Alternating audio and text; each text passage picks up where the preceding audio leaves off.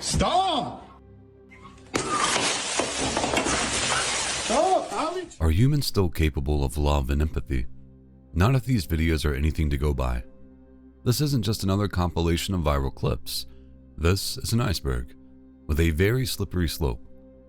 At the surface, there are petty insults and casual cruelties we've all grown numb to. But as we sink deeper, you'll witness acts that chill the soul. And by the time we reach the bottom, you may just come to the same sad conclusion that I have. We are no longer capable of love.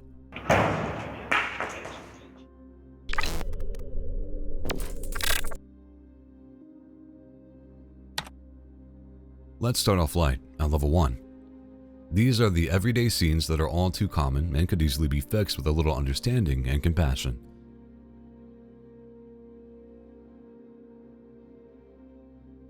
It's always heartbreaking when children get caught in the crossfire.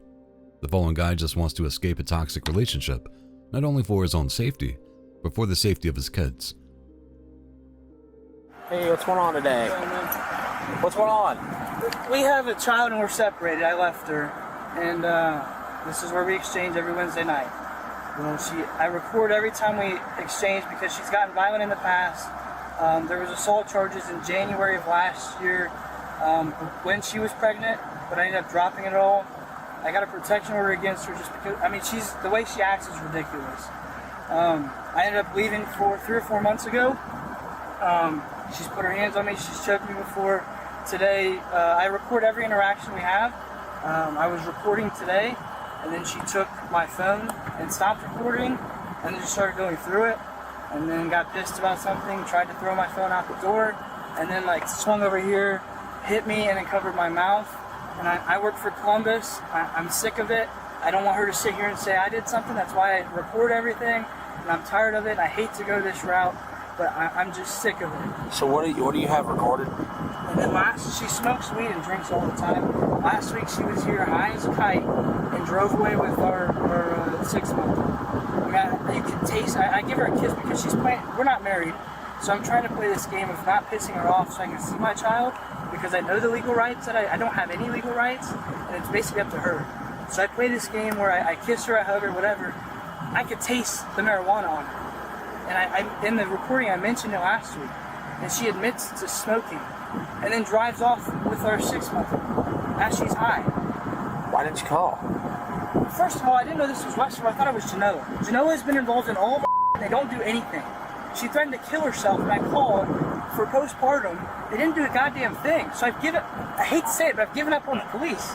I hate it. As a police officer myself, I hate to say it. Yeah. They've completely ruined my family because nothing gets done. And they sit there and lie about it all the time. But I've got her license plate, I've got the video of her admitting to it, and I was just going to take it to a lawyer and go about it that way. But Genoa has not done shit for me, and it pisses me off, so I just give up. So, do you still have the video from today? Yeah. You can hear in his voice how upset this guy is. He clearly cares a lot about his kids, as evidenced by the proud dad sweater he's wearing. It turns out he's also a policeman, but not even that has stopped his girlfriend from allegedly attacking him. Now he's practically having to beg his fellow officers to rescue him. Of course, there are two sides to every story, so let's see what the girlfriend has to say.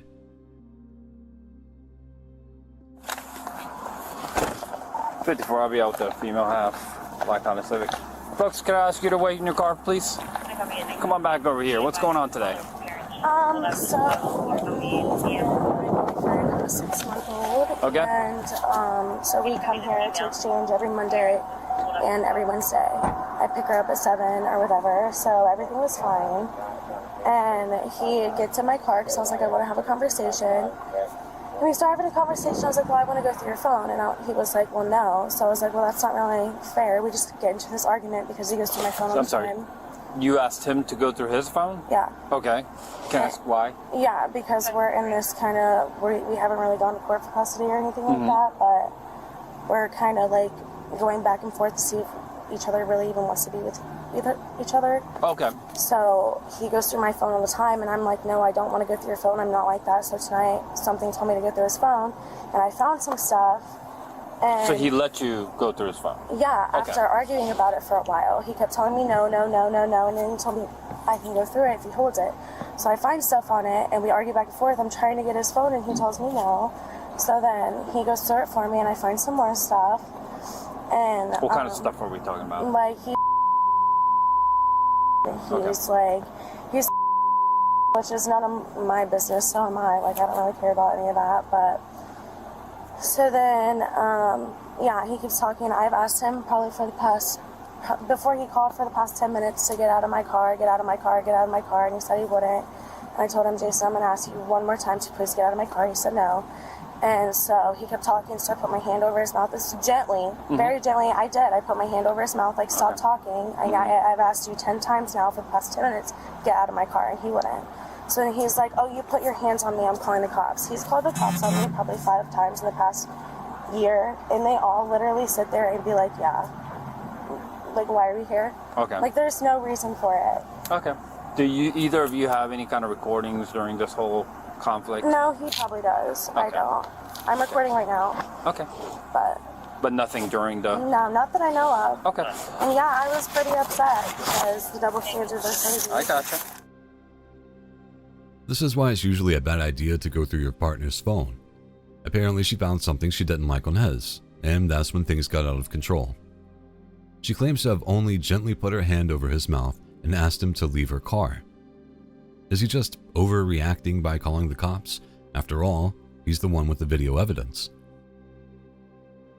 Here's that bag. Yeah. You can just have a seat in your car and just wait, and Okay. I'll be right with you. Good. It's gonna have you just... I'm also Decca. Okay. So, were you guys were in her car, right? Yes. Okay.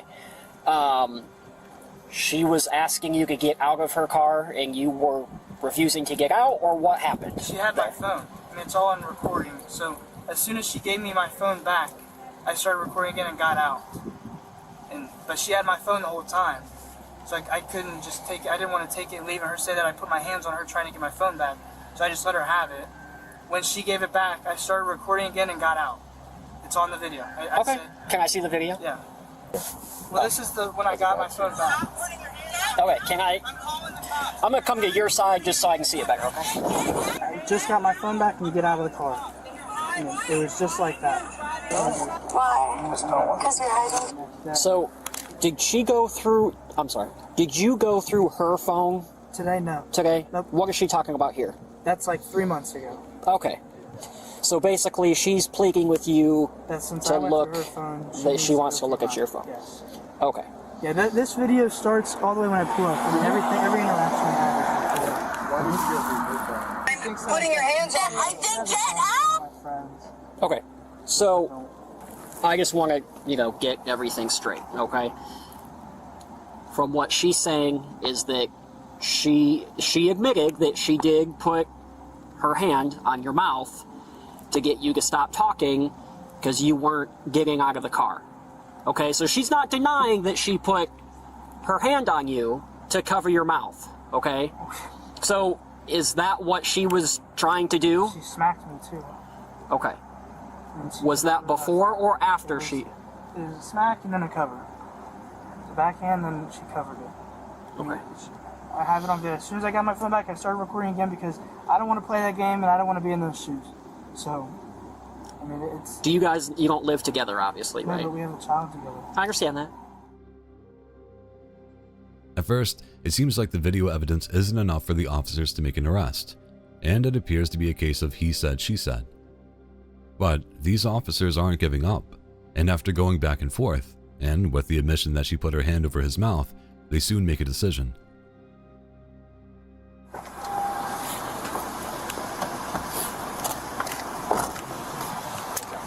So here's what's going on. Okay.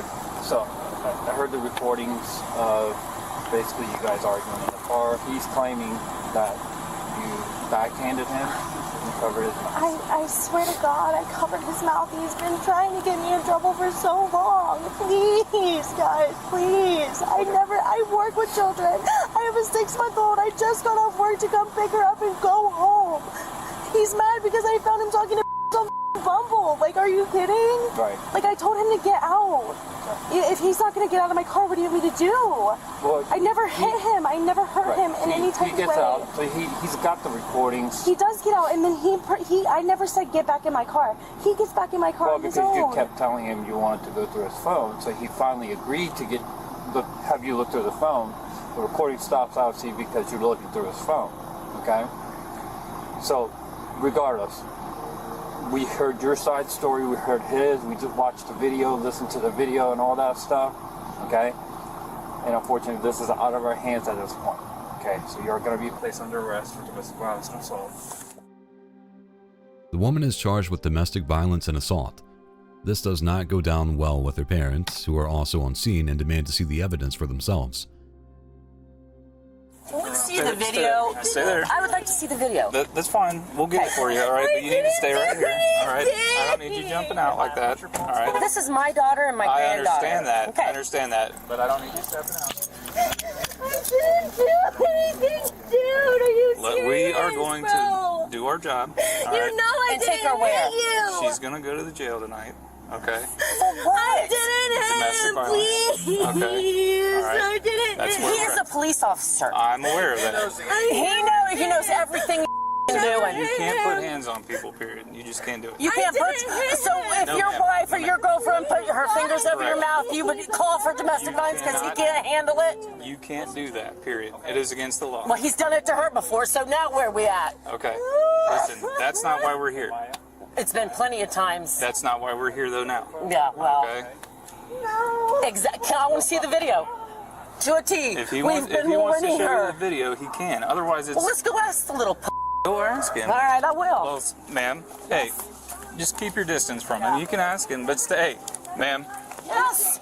I'm telling you, I'm not gonna trying to get keep my distance. Okay, I don't want you to escalate, so don't storm off over here doing that, okay?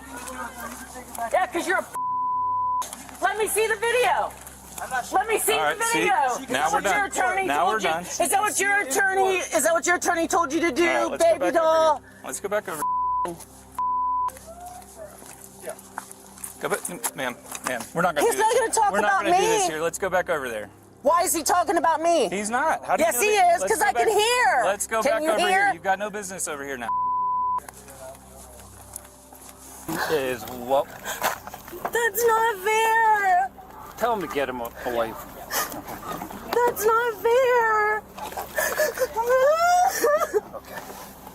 Please, I have a 6-month-old daughter. Please, I never hit What her. do you want to happen to you? Do you want them to go with your parents? Do you want your daughter to go with your parents?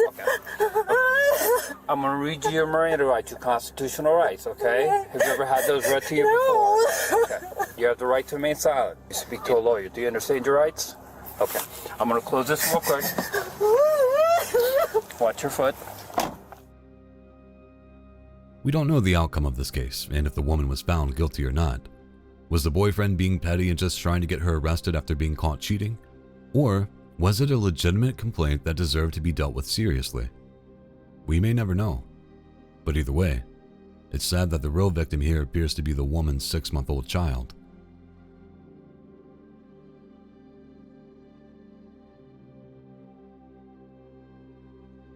Some people like compliments, others don't, especially when a compliment is given to a wife when the husband isn't around or vice versa.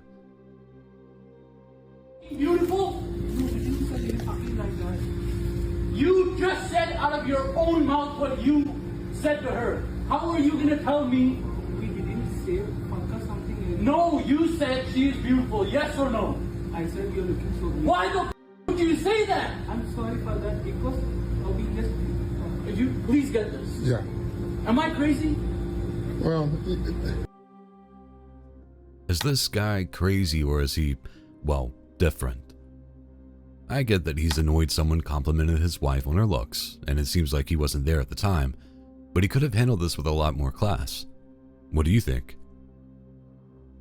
Your wife comes to the store. yeah, but Wants to pick up a freaking sandwich. yeah, but Is she crazy? yeah, That she sits through these compliments, these I know. creeps. Right. They made Why? they made a mistake. This is not your country. This is not India or something, dude.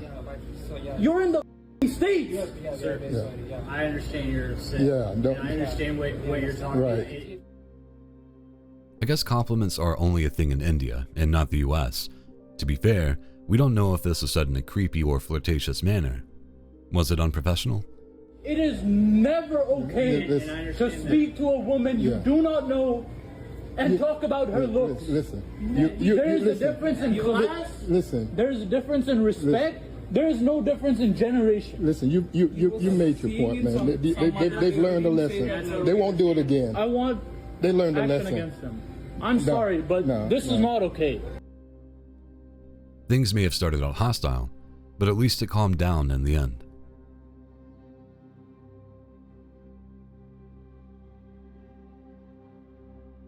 Some partners just scream insecurity, like this guy.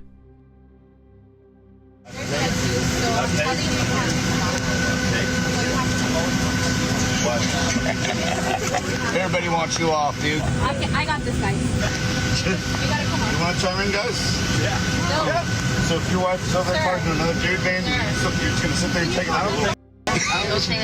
But yet you feel like you can talk to me?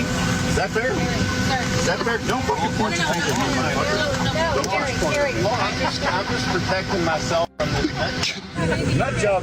You're running your mouth, mother. Nut job. You're running your mouth, mother. $1 per slice. All right, guys. Put your phone down, you douchebag. Are you like 80? You still filming people? Don't make me throw my food at you. Just make a point. I'm gonna need all you guys. Put your phone down. I'm gonna need all you guys. Put your phone down. Imagine being kicked off a flight, all because you couldn't handle your partner speaking to another man. That must have been a rough ride home from the airport. It was good news for the other passengers, though, who seemed to love every second of it.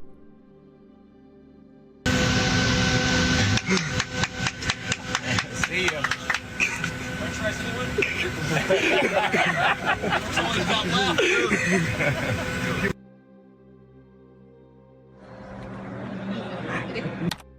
When you take your side chick to the movies, you better make sure your wife doesn't find out, or this might happen.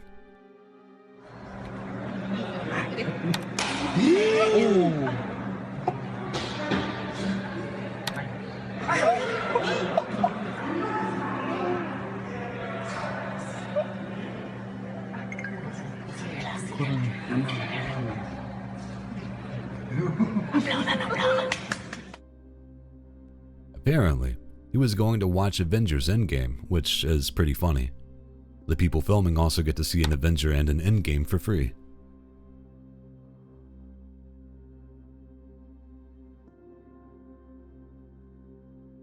Here's another top tip for would-be cheaters. Don't forget about your doorbell camera.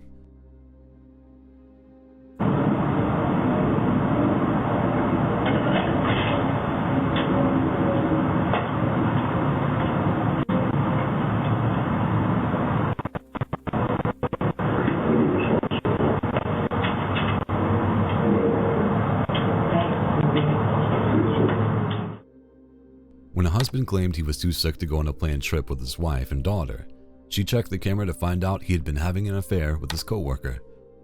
That's gotta suck for everyone involved. It's a good advert for Ring cameras, though.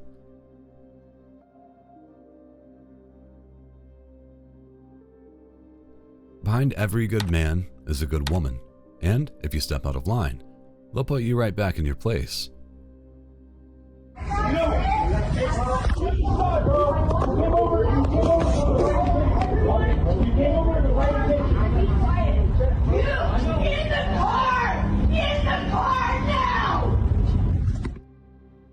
Well, that told him. I mean, I wouldn't mess with her, would you?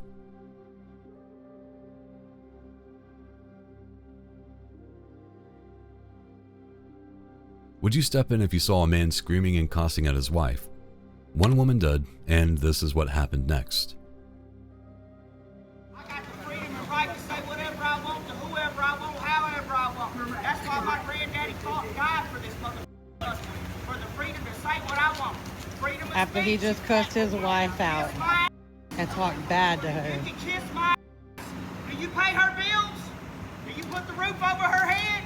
Let me know when you're done. Hey, you don't tell people how to talk to their wives, how to talk to their spouse. Are you Dr. Phil? Here Why we don't go. you Look at mind this your country mother.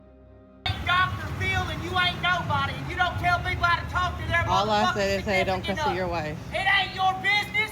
Look and at you him. need to get a life and mind Look at yours. him. Look at him. Look at him. Yeah, look at you. He's no so life mad. having fat, ugly. I'm gonna tell you what, I'm gonna get you for harassment right now. He's a real keeper. I hope his wife has seen the video and realized she deserves a lot better.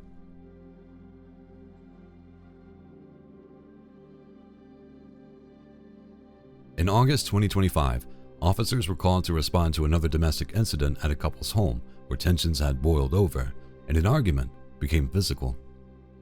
See what you think of the husband's version of events. Can you tell me the story, please? Again? Yeah, because I'm going to be the investigating officer, so I need to hear the first account from everyone. We were having an argument because... Who's we? My wife and I. Okay.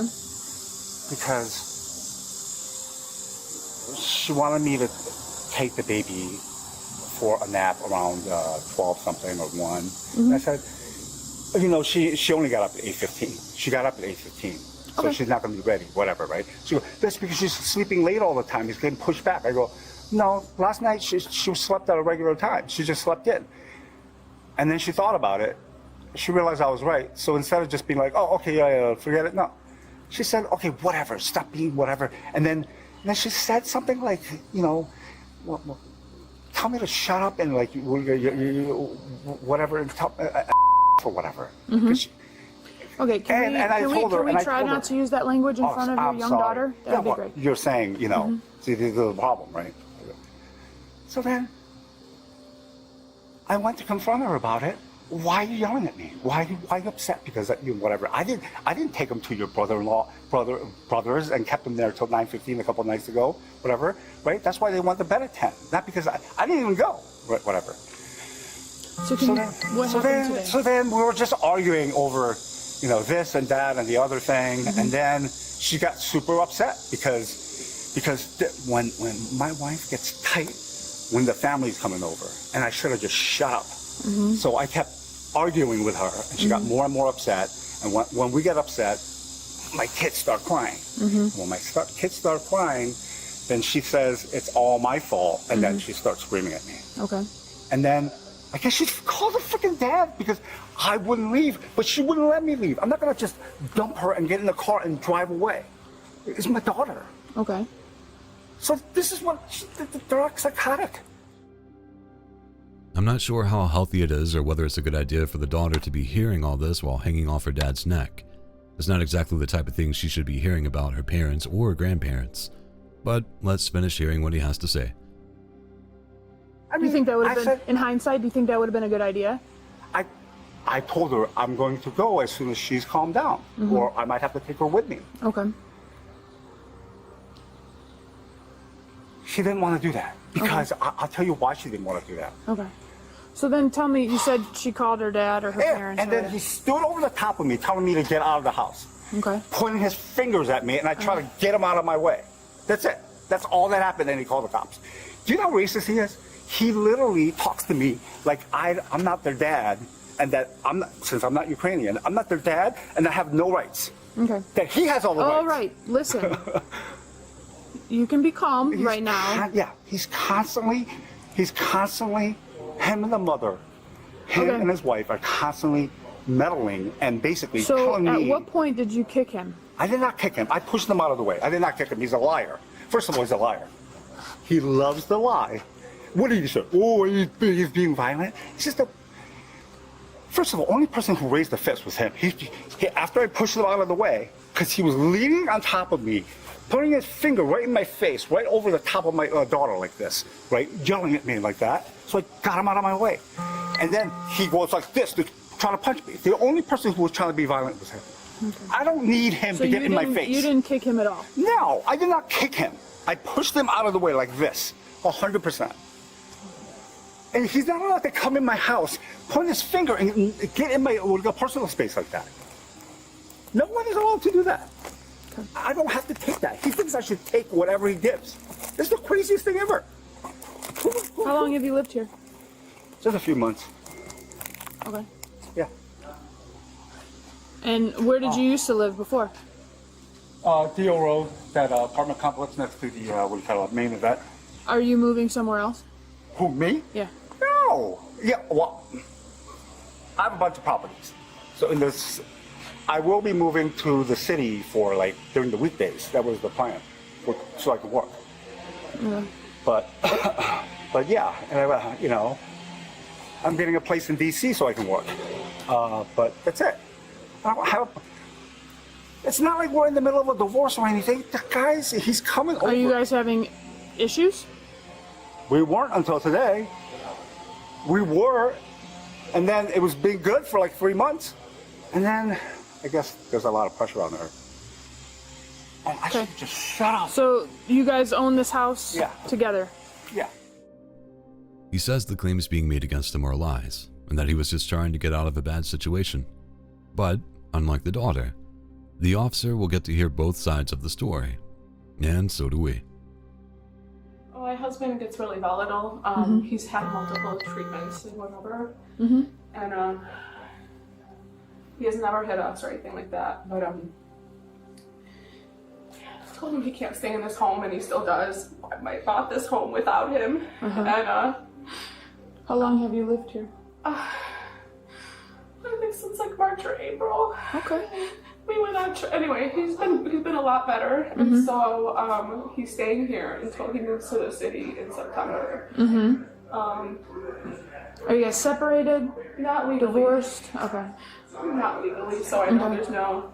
No, I'm asking. I'm trying to get all the information and facts. Can you tell me what happened? What happened today? What happened today? There's been a history of like he spirals and he'll trip for hours, and so that's why I moved here, because we couldn't take it anymore. Sure. So today I snapped at him. I came up here. I was just whatever. I don't want him here right now. Okay. He's been doing great, but I'm uncomfortable. So anyway, I come up here. And he's like, oh, so you're just gonna, and I'm like, Jay, I'm sorry, I didn't mean to snap at you. And he... What did you say? We were talking about the baby's nap, and then it just, he starts spiraling, so...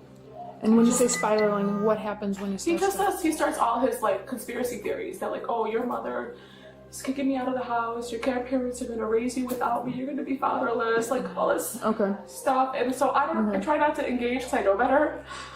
But he's got my kids on his lap and they're both screaming and crying. I'm like, Jay, can you please go and cool off? Please leave. I've been asking him for like an hour to leave. Yeah. So I call my parents because they're close and I need him to leave. My dad's like, I'm coming over. And then my dad comes. They start talking. They start, he's like, why are you here? You're just an old stupid man. And then he kicks my father. So my dad's like, I'm calling the police. You won't leave. These types of cases must be difficult for the detectives, especially when children are involved. They need to make the right call, but first, they must weigh up all the evidence, which in this case also involves a statement from the grandfather. Can you tell me what happened? I don't know exactly what happened. Sure. What happened when you, or why are you here? Because you don't live here, right? Let me tell you what I learned. Okay. I was with my friends from Europe. Yes. I put in on a train, and my wife is calling. Something is cooking, because Alice, called and she was crying. Yes. I said, should I come over here or not? I called Alice, should I come? Alice said yes. Okay. I came over. Yes. He pointed on me, you son of a blah, blah, blah. And kid, Alexa, daughter, is under him. I don't want to go. Okay. Daughter doesn't want to go. He using proper language. He finally came over closer, he kissed me right here, Doesn't happen, I'm not enjoying it. But where was he at and where were you at? I was just walking. You were walking by the couch? Right here. He was sitting on the couch. Right there. And he walked past. And he came over, She right there when I came in. He kicked me. Okay. Try putting yourself in the detective's shoes here. Do you take the father and husband out of the home? What's the best for the wife and children? Time to find out what a real detective does.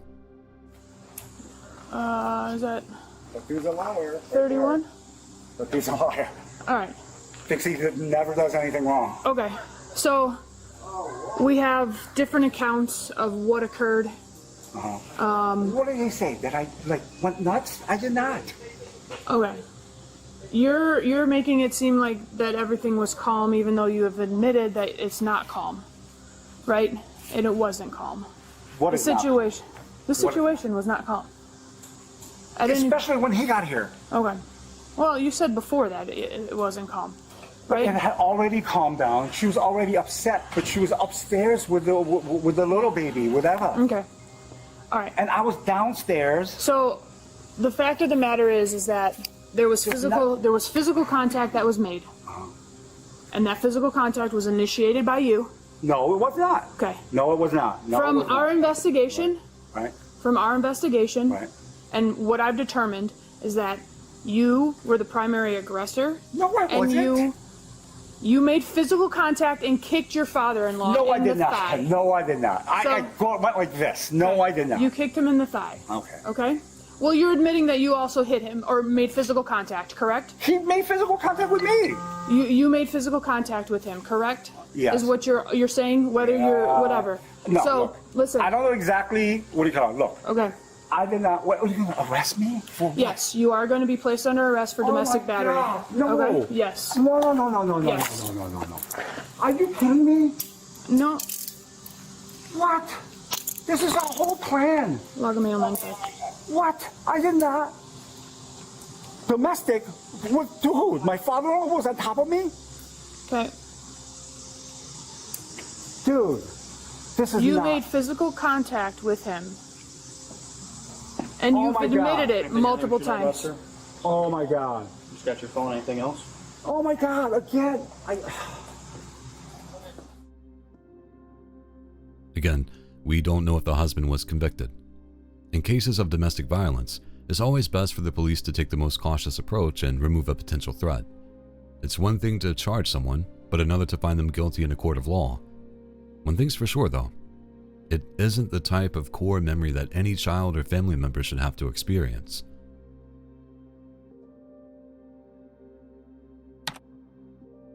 Now we enter level 2, the chaos. These clips remind us that love, or a lack of love, can make people do crazy things.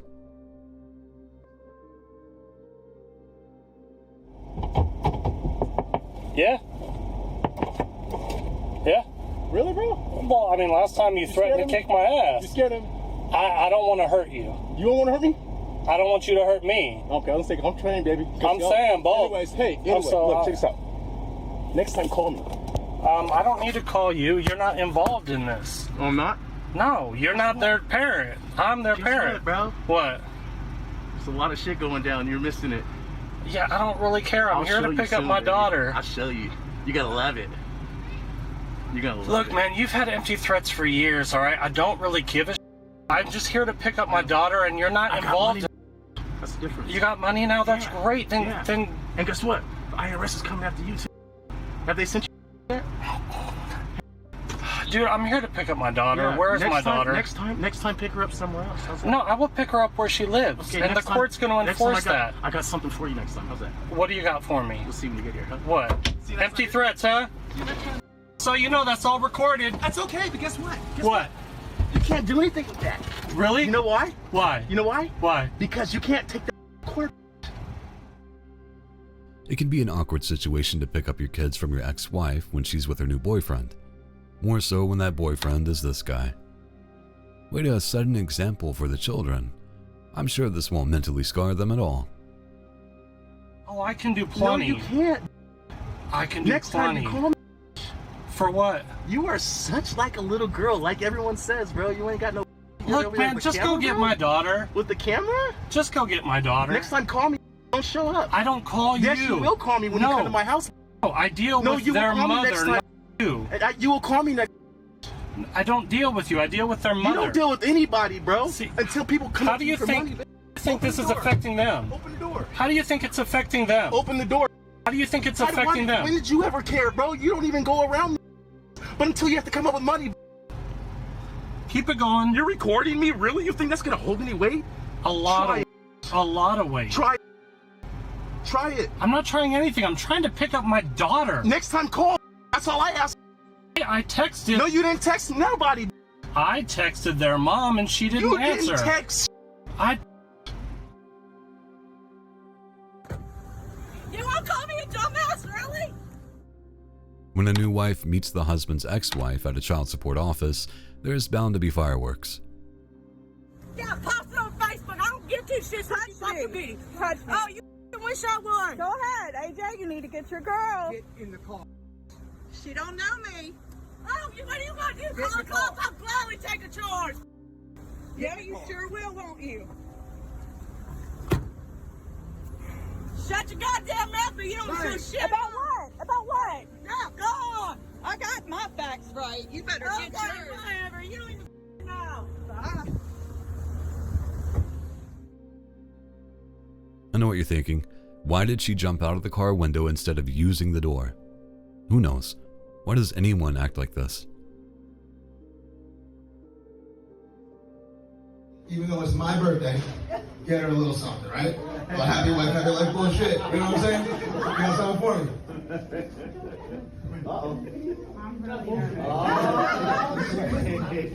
It's funny, last time I did this, I was wearing this same shirt and my Uncle Sonny's cufflinks. Pretty ironic. I did. Make sure. I did. Where'd he go, man? You flipped it on you, saying It's a flip. I don't know what's going on. I was trying to be nice. I tried to be Nah. Just this one. You don't want the other one. Oh, it is. It's pretty. Well, it's beautiful. Pretty good for a fiver, right? At that time, but. Can I have it?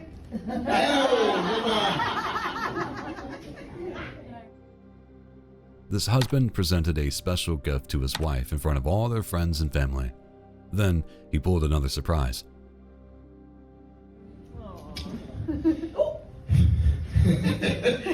Yeah, I know everything. That's right, bitch. I know everything. I had to see his skinny little pill thing. I wasn't in. What? I know about all the Plan B pills you had to take, you filthy. What? You. That's right. I know everything. Don't act like you don't know. I hate you. I never hated my life, but I hate you. I hate you for the betrayal. I hate you for you my children. You know exactly who it is. You know exactly who it was. I don't make me stronger. What's happening? I know everything. I don't know. I don't know. Everything. Uncle Benny. I hate what you did to my children. The life you stole from them. You want me to show them? I'll show them everything. You sure you want that? I don't need you. Are we sure? What the? Of course he's. We know. I don't know how long he had known about her cheating before this, but I'm sure he felt a huge sense of relief after getting it off his chest. Is this justified? Karma? Or should he have handled these private matters in private?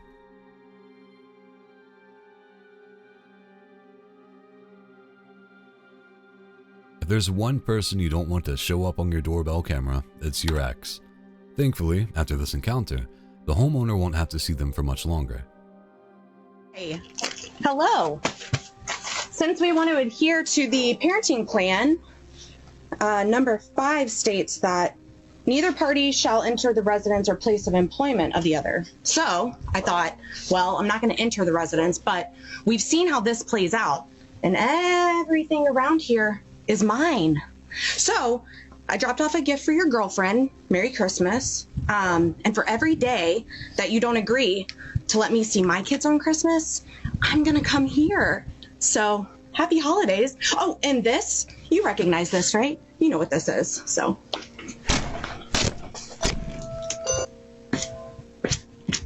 Merry Christmas. Actually, it's more a case of he won't be able to see her much longer because she just busted the camera.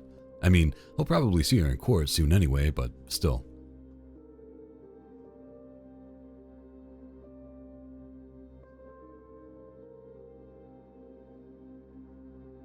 You know the proverb, to cut off your nose to spite your face? This ex-girlfriend did just that. vandalism if it's my own car.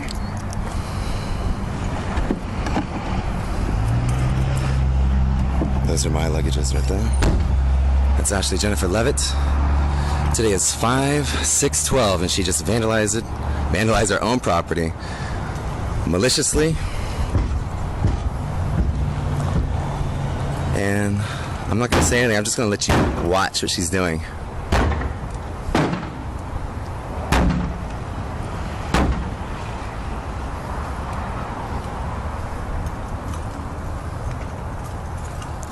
Whew! Boy, oh boy, huh?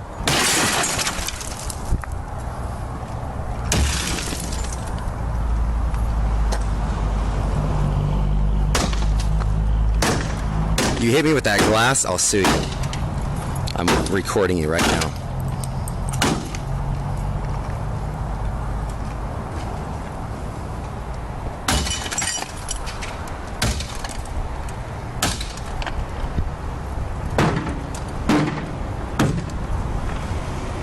Awesome.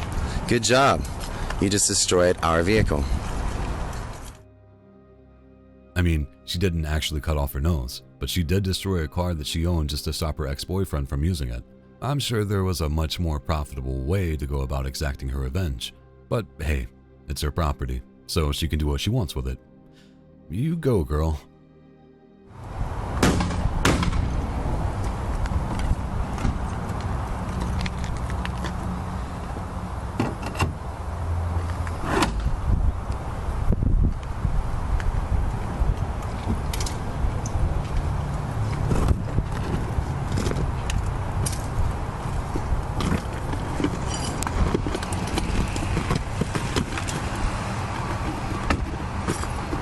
Are you going to pay your rent, Ashley? Are you going to pay our half? Your half?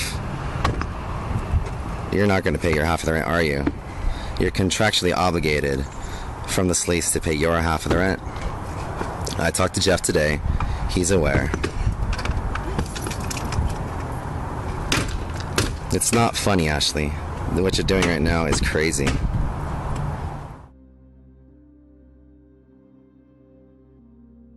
Now, here's a woman who knows how to damage a car. It belongs to her ex-boyfriend, of course, so this one may actually end up costing her. But at least she got to vent her anger in an expensive form of rage therapy.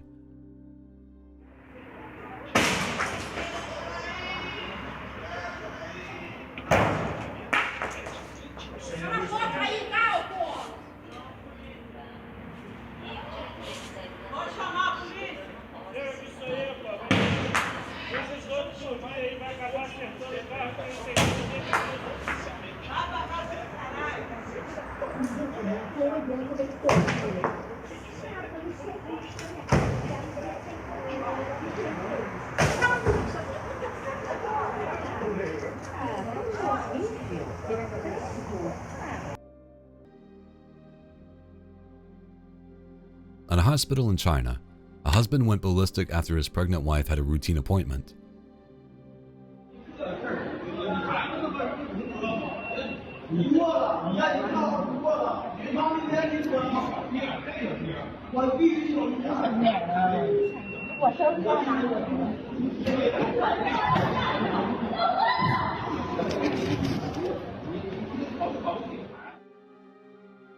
At one point, the man bangs his head on a wall and has to be calmed down and restrained.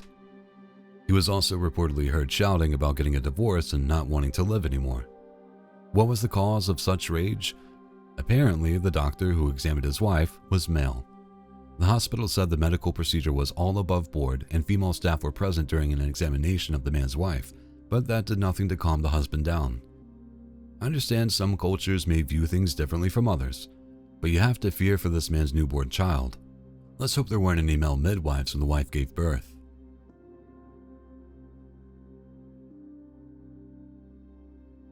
Parking lots are a prime battlefield for arguments and disputes. This military man took things way too far. I was waiting on a parking spot. Don't matter. You're waiting my goddamn car. And so what? I was waiting for the parking spot. I was waiting. And behind my car? You never been. You never been. Shut up! Shut the up! No, I don't have to do anything. This is America. You are. Oh, You take that shit off.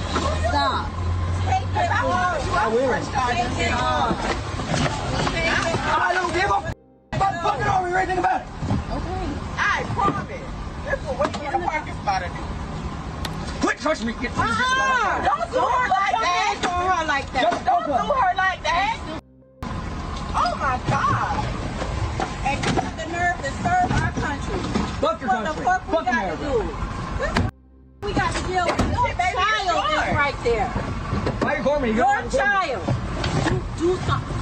Do something. Even though he's arguing with the stranger at first, he then engages in friendly fire by twisting his own wife's arm and pushing her as she's trying to calm him down. Notice that he puts a stroller in the back of the car, so he's doing all of this in the presence of their child. That's certainly one way to give your family PTSD. No Medal of Honor for this guy.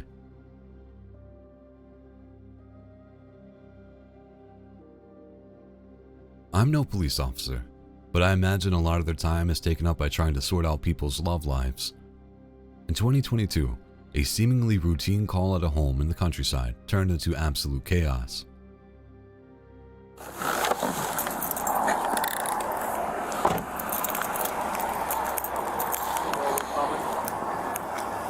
Possibly. Alright, I'm gonna have you get out of my way. I'm gonna go. Yep.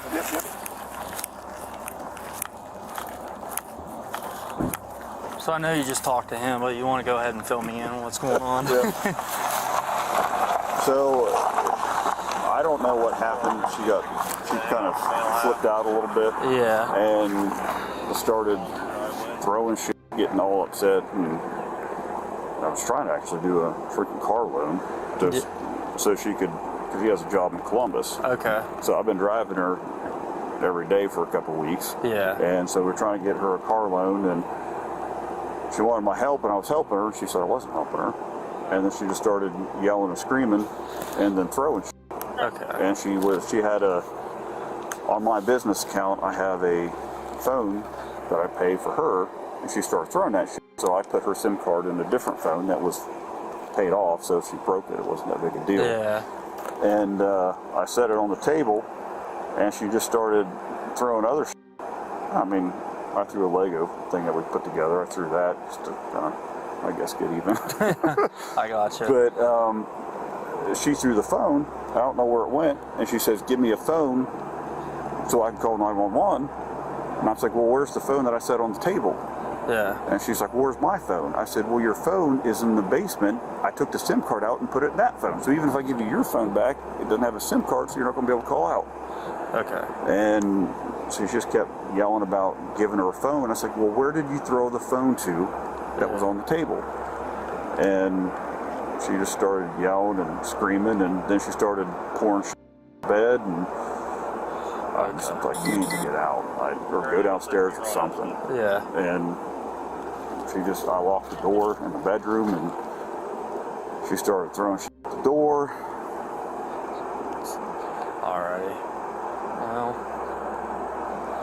Now you guys have been out here a couple times with my soon-to-be ex-wife, and then Yeah, I've been out here for that before. So one of these days I'll learn.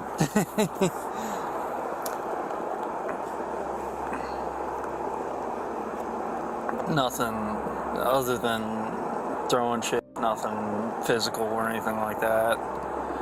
No, I mean, she threw some shit at me. I don't know if she meant to hit me or not. Yeah. She didn't. And then she said she's going to slug me, but she didn't. So I don't know if that was just kind of posturing or... Yeah, the alcohol talking or what. Yeah. I mean, we both had some alcohol to drink, but I was trying to calm things. She told us in the back of your car. I'm up here. I got smoke, and she's still drinking. Copy. You want to go ahead and get back in my car? I'll take you up there. Although what this homeowner is saying sounds hectic, he himself is calm. It's not until officers get to the house, where the man's pregnant girlfriend is, that the situation really starts to heat up. What's up, puppies? Hey. What's up, bud? Hey. Hey. What's up, dog?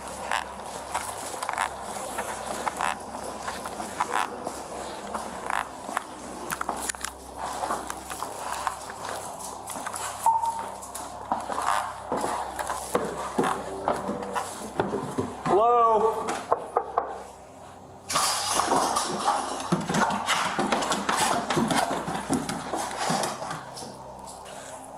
Tiffany, it's the sheriff's office. Step outside, please. You're on the lead.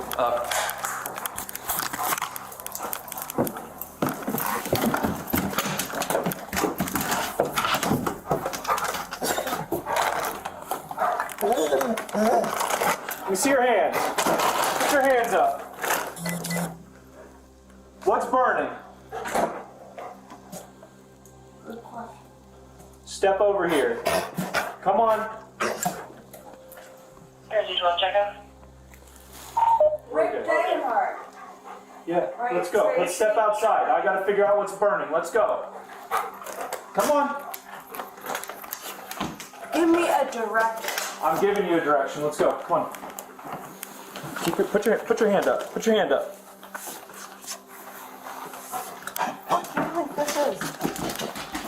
We're trying to figure out. This is the third time this IT good. piece of shit tell us. Okay, well, we've got smoke and I've been yelling for you, so. Fuck, I've already before. That's for my dog. That's cheating, buddy. Watch it. Seriously? Go for it. Put me in jail. Upon entering the home, the officers immediately smell something burning. They immediately place the girlfriend into handcuffs, and after a brief struggle, they get her into a patrol car. At the same time, officers try to locate the source of the burning smell. Because I don't have time to deal with you right now. Yo, for real? Hey, Yo, stop. seriously? I have carpal tunnel. Get down. Alright, cool. Carpal tunnel. Okay, carpal tunnel. No, it's fine. Stop. You're doing your job, you pieces of shit. Double you know check how those. many times this guy has called? Stop. Whoa! Look at his rockers! Where was I today? At work! I'm not answering anything at work! What the? That's okay, come on. Legal terminology on moments for a week. So you know what? You got me indisposed. I'm not going down there. I'm gonna open up the door down here. Whatever the fuck you want. Alright. Where do you want me? Stand up. Yeah, you got it. Let's go. Hey, stop. Stop. You see my head against the wall. You took off on me. You said get off. You took off on me and you fell down. Stop. Yeah.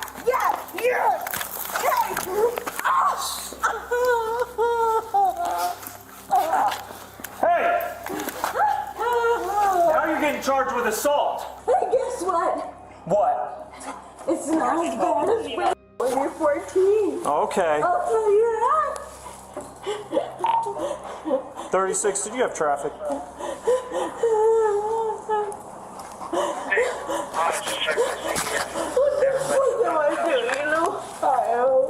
Everyone's out. She just assaulted 16 though, so she'll be gone. Oh, I assaulted Rick. Alright, let's go. You're getting in my car. Don't you kick. I'm not kicking. You are killing my wrists. You're killing your wrists. Stop killing my wrist. You think I know you're doing your job, but you know you're going a little too hard on someone. He's 50 pounds lighter than you. If you don't stop kicking, we're gonna go harder. Oh, break my wrist. At least then I have a case against you, right? Get in the car.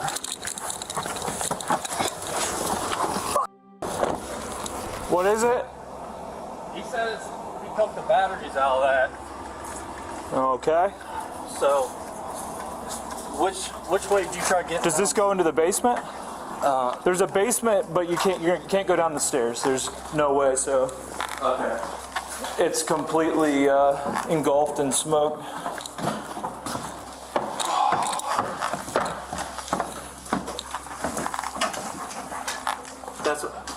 I was already going down with her out there. Yeah, I'm not going down there. Let the fire department deal with it.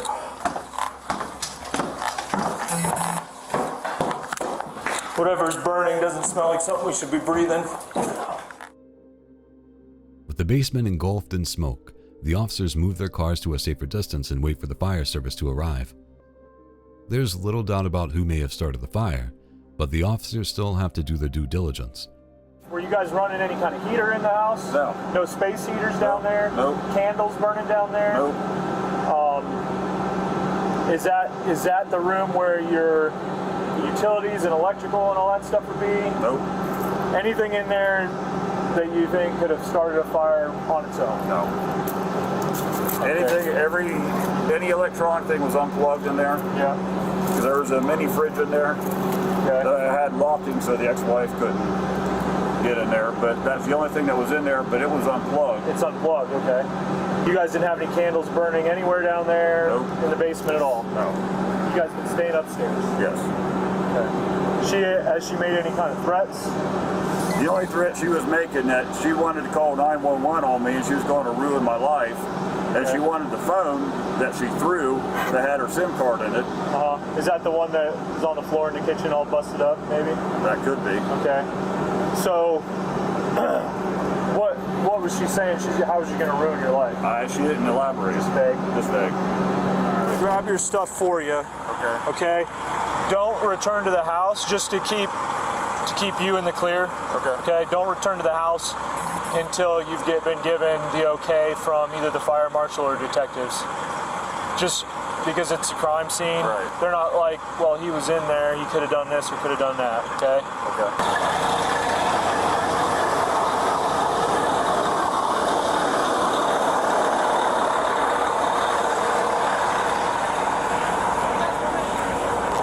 Yeah, we're gonna go in and grab his stuff. He told us where it's at. The guy in the red hat, come go with you.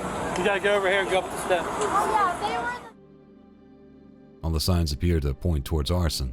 With their prime suspect already in custody, the only thing left to do is take her into the station for questioning. In 1438.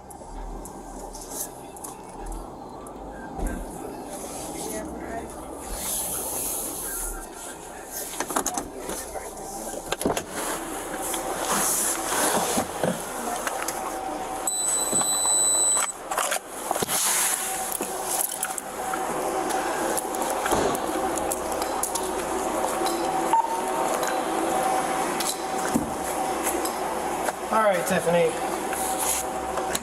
Yes, sir. So you are going to step out of this vehicle. All right. Remove the blue strip. It's removed. Step out. Excellent. Have you used anything illegal today? In the last 24 hours? Oh, sorry. Do you have any health problems that we need to know about? Like, you need to seek medical attention right now? Any emergencies? PTSD. Okay. From previous rape, but... Okay. Are you feeling suicidal? No. Are you sure? I'm wonderful. Okay. I'm here to take care of you. I'll help you get through this process, okay? I'm mostly nothing. I'm manhandled. Okay. Oh, we'll work with you there. I gave this gentleman hell and I apologize. Okay, we appreciate that. I apologize. Do you have a pacemaker or anything like that? Or have you used chemo or radiation in the last 6 months? No, I have. Is there a possibility that you're pregnant? Yes. Yes? I'm faint. Okay, that's fine. I just gotta ask for this process here. The now likely ex-girlfriend was charged with aggravated assault, resisting or obstructing a police officer, and arson. That's quite the rap sheet for the soon-to-be mom. We can only hope her child has a brighter future than she does.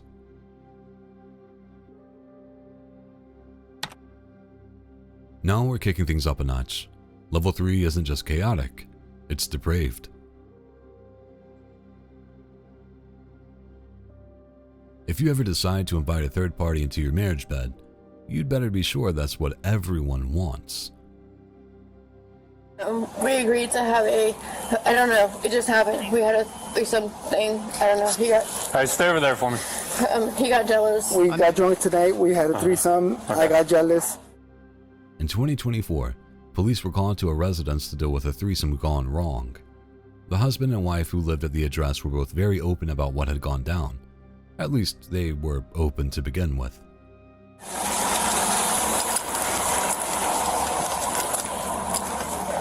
We were drinking and stuff, and she threw my stuff out, and I was trying to get my phone.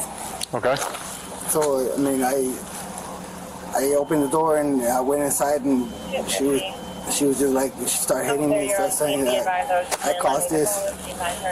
We've been trying to, we're in the middle of a movie. 250, I'm out with him. Say it again? We're in the middle of a movie, and we're having a good time, we're drinking and stuff like that, and I mean, I just told her I needed to be myself. I'm his wife. Okay. Yeah, I'm talking. We agreed to have I don't know, it just happened. We had a threesome thing. I don't know. He got. Hey, stay over there for me. He got jealous or something. He put his hands on me. Okay. And I fought back, and then he ended up leaving. I threw his shit out, and that's it. Okay. Can I talk to you over there? Yeah, you can talk to me. Yeah. Can you go stand over there for me? Sure. Thank you. I think some separation for this couple is a good idea, in more ways than one. I don't have any weapons on me. Okay. Because you've been arrested here before, yeah? Yes. Okay. So why?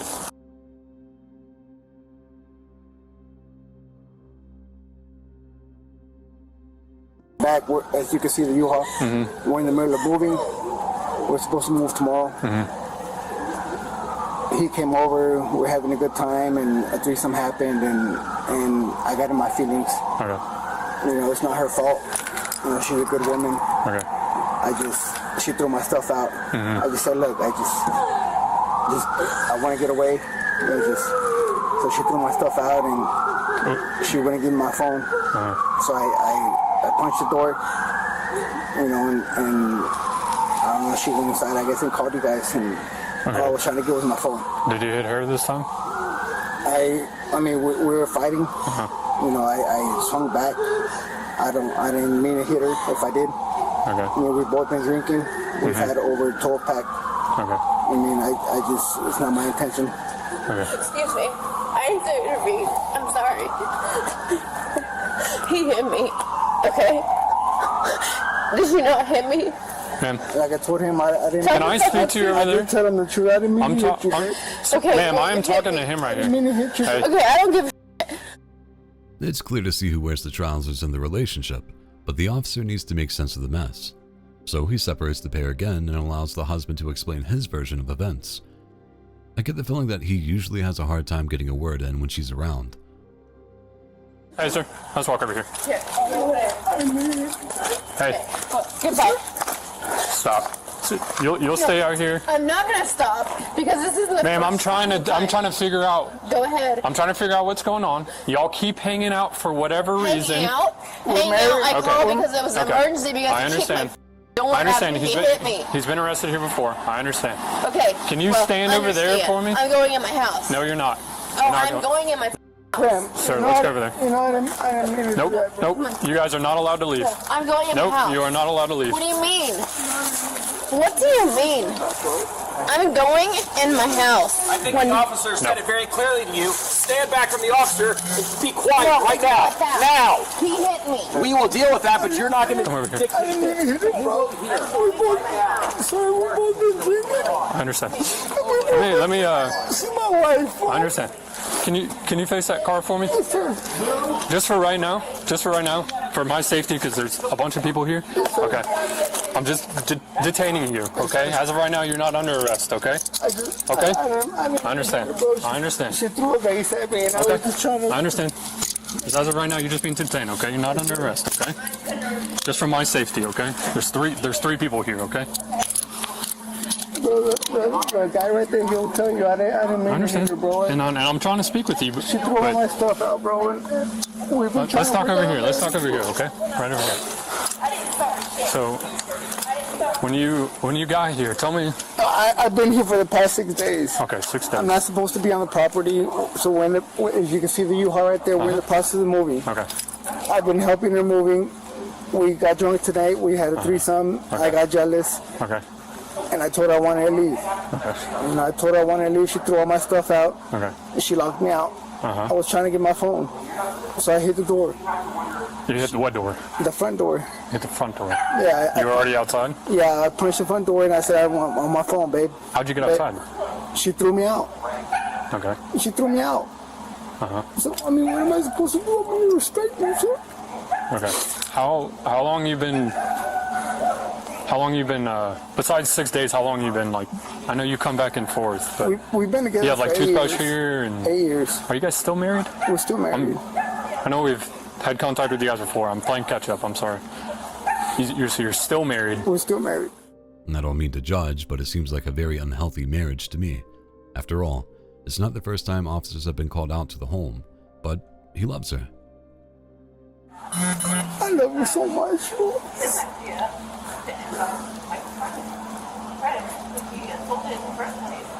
Well, you guys got a lot of issues, right? And We do, and you got to figure them out. That's the person that I had charges against originally, who I beat up in her house. Okay. And Yeah, I'm familiar. he agreed to drop all the charges and stuff like that. Well, it doesn't seem to be getting better, right? It keeps happening. I don't have any family here in Georgia, sir. Yeah, I get it, man.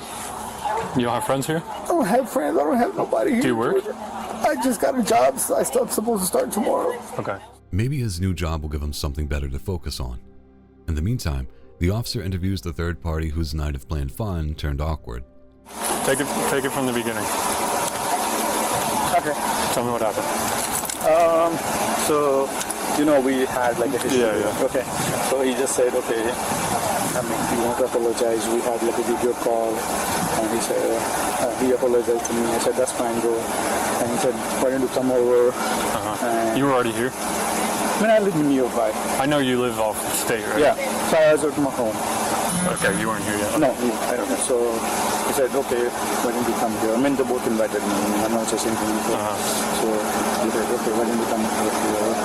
So I came here, and then we all talked. It was a nice time. Everything is good. And then we just said, okay, let's get some beer. And then we went to the QT, and we got some beer from there. And we came back, and he looked very upset. I don't know why. And I asked her. She said like he looks upset. After the drinking, after you guys started drinking. A little bit. I mean, we went to Kitty to get beer. Right. Okay, we came back with the beer. Huh? Yeah. And then you came back. You started drinking, whatever. No, we didn't start drinking. Oh, okay. Okay. So I asked her like, okay, talk to him. If he's upset, then I can leave. That's fine. And then I don't know. She went to the bedroom. I was like in the living room. I don't know what they talked, and then she came out, and then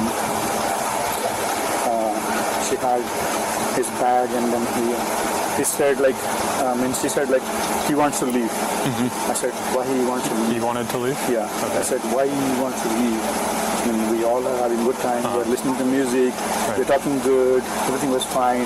We just went to get beer. I don't know what changed. So yeah, she went to the bedroom. I don't know what talk they had. And where were you? I was in the living room. The living room. Okay. Yeah, and then she came out with the bag, with his bag, and then she put the bag in the porch. Okay. And then she said like, okay, if you want to leave, just leave. And he came out. He came out of the house, and I was inside. And then she locked the door, and maybe after a couple of seconds, she started banging the door, and then she didn't open. And then I went to the restroom to pee, and I heard like he was banging hard. And then when I came out of the restroom, I see the door was broken. Okay. And then he asked me, "Hey, can you leave?" I said, "Okay, I will leave." He asked you to leave? Huh? He asked you to leave? Yeah. Okay. And then I said, "Yeah, I will leave." So I came out here, and then in between, she already called the 911. Okay. So I was here, and I saw you here. I just stopped there. When you were in the living room and they were in the bedroom, did you hear? No, I didn't hear anything. You didn't. She wasn't screaming. He wasn't screaming. Were they just talking? What was the vibe? I mean, it was clear, it is obvious, like, I don't know, like, I mean, when we started, like, okay, I came, like, before we get the beer, we almost hung out for an hour. Okay. And then he apologized, like, whatever he did to me, like, 4 months back. And then I said, yeah, we can hash out everything and then start, like, it's a new year, we can start, like, a new beginning, we can be friends or whatever. And then he was all fine. But when they were in the bedroom and you were in the living room, did you hear her scream for help or? No, not scream for help, like. Okay. I'll see you in a minute. Oh, he's right there, right now. All right, I'm going to take her back to the house. Okay. I really hope the dog wasn't involved in any of this. The only side left to hear is that of the alleged victim, the wife, which is told to us by another officer. Yeah, that's fine. Her story is, Prim came over at 2300. The three of them were in a sexual encounter for about an hour. Consensual all the way. And then her and Prim went to QT to get more beer. When they got back, Anthony was obviously not good with what happened. She asked what was wrong. He just socked her right in the face, according to her. And then... Okay. Just like what she said. Yeah. And then... While they were all together? Yeah, apparently. Yeah. Interesting. So she says she got socked in the face, and then he went outside, and she basically threw his stuff outside and locked the door. And that's when he turned around and kicked the door back in. But there was no more attacks after that. So the actual physical attack occurred before the door, because I was confused on that. Little tidbit, like how did we get assaulted before we kicked in the door? Yeah. So he had just gotten outside when I rolled up, and he was in there the whole time. And he said, according to that story, that's contradicting what he saw. So he said nothing physical happened while he was in there, and then he was outside for 2 minutes. He said 2 to 3 minutes, and then they both came out, and that's when we rolled up. So I said, okay, did something physical happen when you were waiting outside and they were both in there? And he said, yeah, it was a back and forth type deal, but he didn't witness anything inside that was physical. Okay, let me talk one more time, just to be sure that I got the fact that he was present. Because that was my understanding, but let me confirm that. So where, from his point of view, when did the door getting kicked in occur? So she took all of his stuff and threw it out. According to him, she still had... 3233, 34, Here we go. According to him, she still had his phone, and that's why he was trying to re-enter. Because I said, why did... According to him, he voluntarily left. Well, she put it out, but he just walked out. And then according to him, she had his phone, so he tried to re-enter. So was he inside when he kicked in the door? Yep. He was, so... He said he was taking a pee. Okay. Let me go see if she believes it, or if she's going to state that Prim was there. I was kind of going the assumption that he was saw her get hit. 5270, signal 89. To an extent. He was still inside, but in the bathroom. When he came out, he heard the large bangs, and then the door was opened. But he still kicked the door in. So. But he lives here, and they are still married. I don't know if he lives here, though. He said that he's been here for the past 6 days. And, I mean, he's got a bag here. He's got a U-Haul. He's got residency here. But again, you still got a DV situation. You know, he's still doing, if nothing else, you got criminal trespass on this. If he lives here and he's breaking property on the DV side, we still have criminal trespass. You know what I mean? So I think that the real question is, are we going to go with the battery as well? There are some differences in opinion as to what actually happened, but it's agreed by the officers that the husband did commit a crime. The question is now, which one? She's saying she got punched in the face, but I was going on the assumption that Prim was going to say he saw her get hit in the face. No. If that's not the case, he didn't. It may just be criminal trespass for kicking in the door. Could I not kick in my own door at my own house? In Florida you could, but in the state of Georgia, if you damage property in the middle of a domestic violence situation, that's what criminal trespass is. And that was the hardest one for me to wrap my head around when I moved here. So why don't you, let me go finish with her. Okay. Why don't you call Sarge real quick, run it by him, say, hey, I think based on what me and Pagano, we're pretty sure we have criminal trespass. Yeah. I could be wrong. Yeah. Run that and then let him know. Is that door damaged? Oh yeah. Okay. Oh yeah. I mean, it's the whole frame is kicked in. Okay. So run the criminal trespass by him. Let me go. Does she have any injuries? It was in the dark. I'm gonna go look real quick. Let me get my picture. I need to take photos anyway, so I'll get those real quick. All right. After consulting with the sergeant, the officer finally explains the charges to the husband, whose night just keeps going from bad to worse.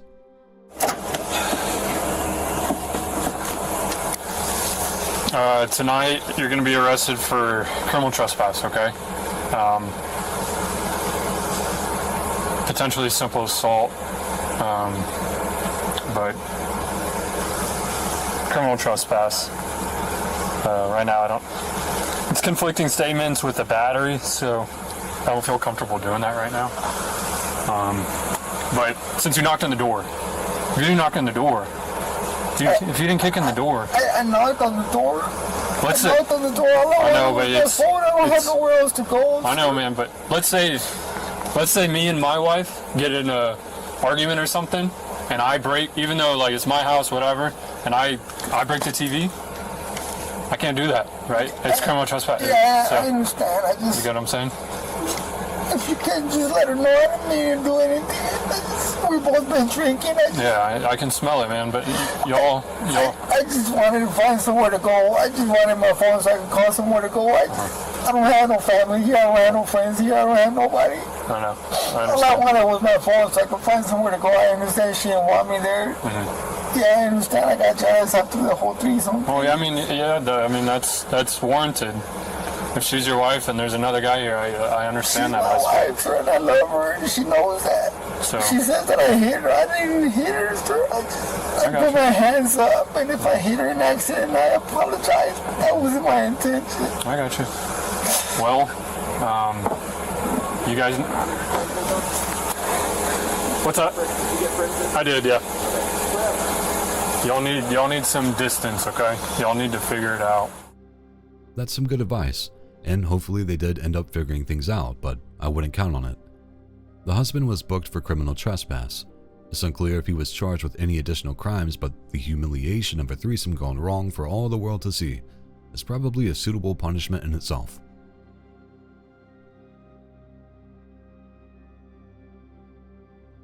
Consent is an important part of any relationship, as is learning to let go when the other person no longer wants you around. This teacher should have known better. A fourth grade teacher sobs in court as she's sentenced after stalking her ex-boyfriend. Cops say Hannah Freeman followed her ex to and from work a whopping 33 times in just 1 month. My ex-girlfriend continues to stalk me and park her car next to wherever I am and follow me home every night. Hannah Freeman's ex-boyfriend was also a teacher, and she would even follow him to work, stalking him in a middle school parking lot. When the ex-boyfriend made a complaint to the police, they knew exactly where to find her. Hannah Freeman? Hannah Freeman? Are you supposed to be up here? Mm-hmm. You are?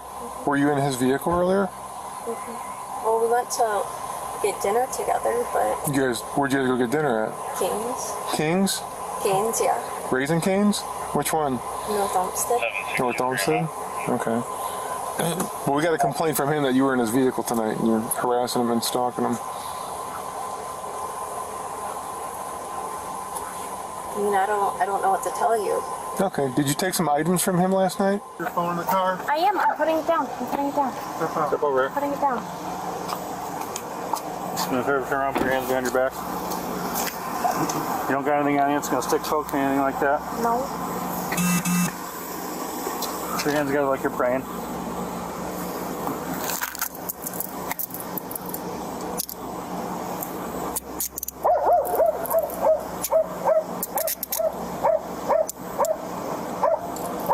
Where are your keys for the car? It turns out she wasn't supposed to be there, and the ex-boyfriend really didn't appreciate her hanging around or the other things that she had been doing. Did you invite her here? No. Are you sure? No. Yeah, she Are you sure you didn't invite her here? Yes, I never invited her to anything. She said that you invited her here. Yeah, I know. She probably would have. She actually yesterday followed me to my apartment stole stuff out of my car. Yeah. Medications that I need, my car keys, which I was finally able to get back from her, a laptop, and my wallet.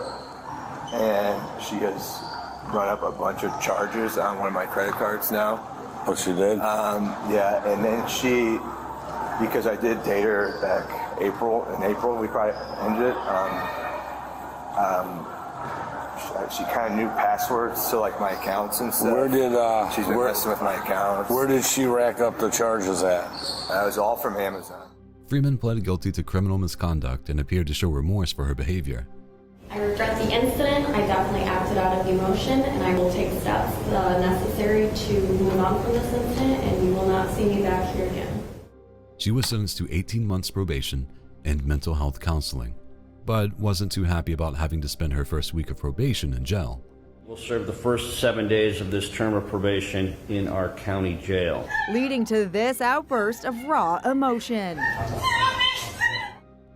Hopefully, thanks to some tough love, the former teacher has now learned her lesson.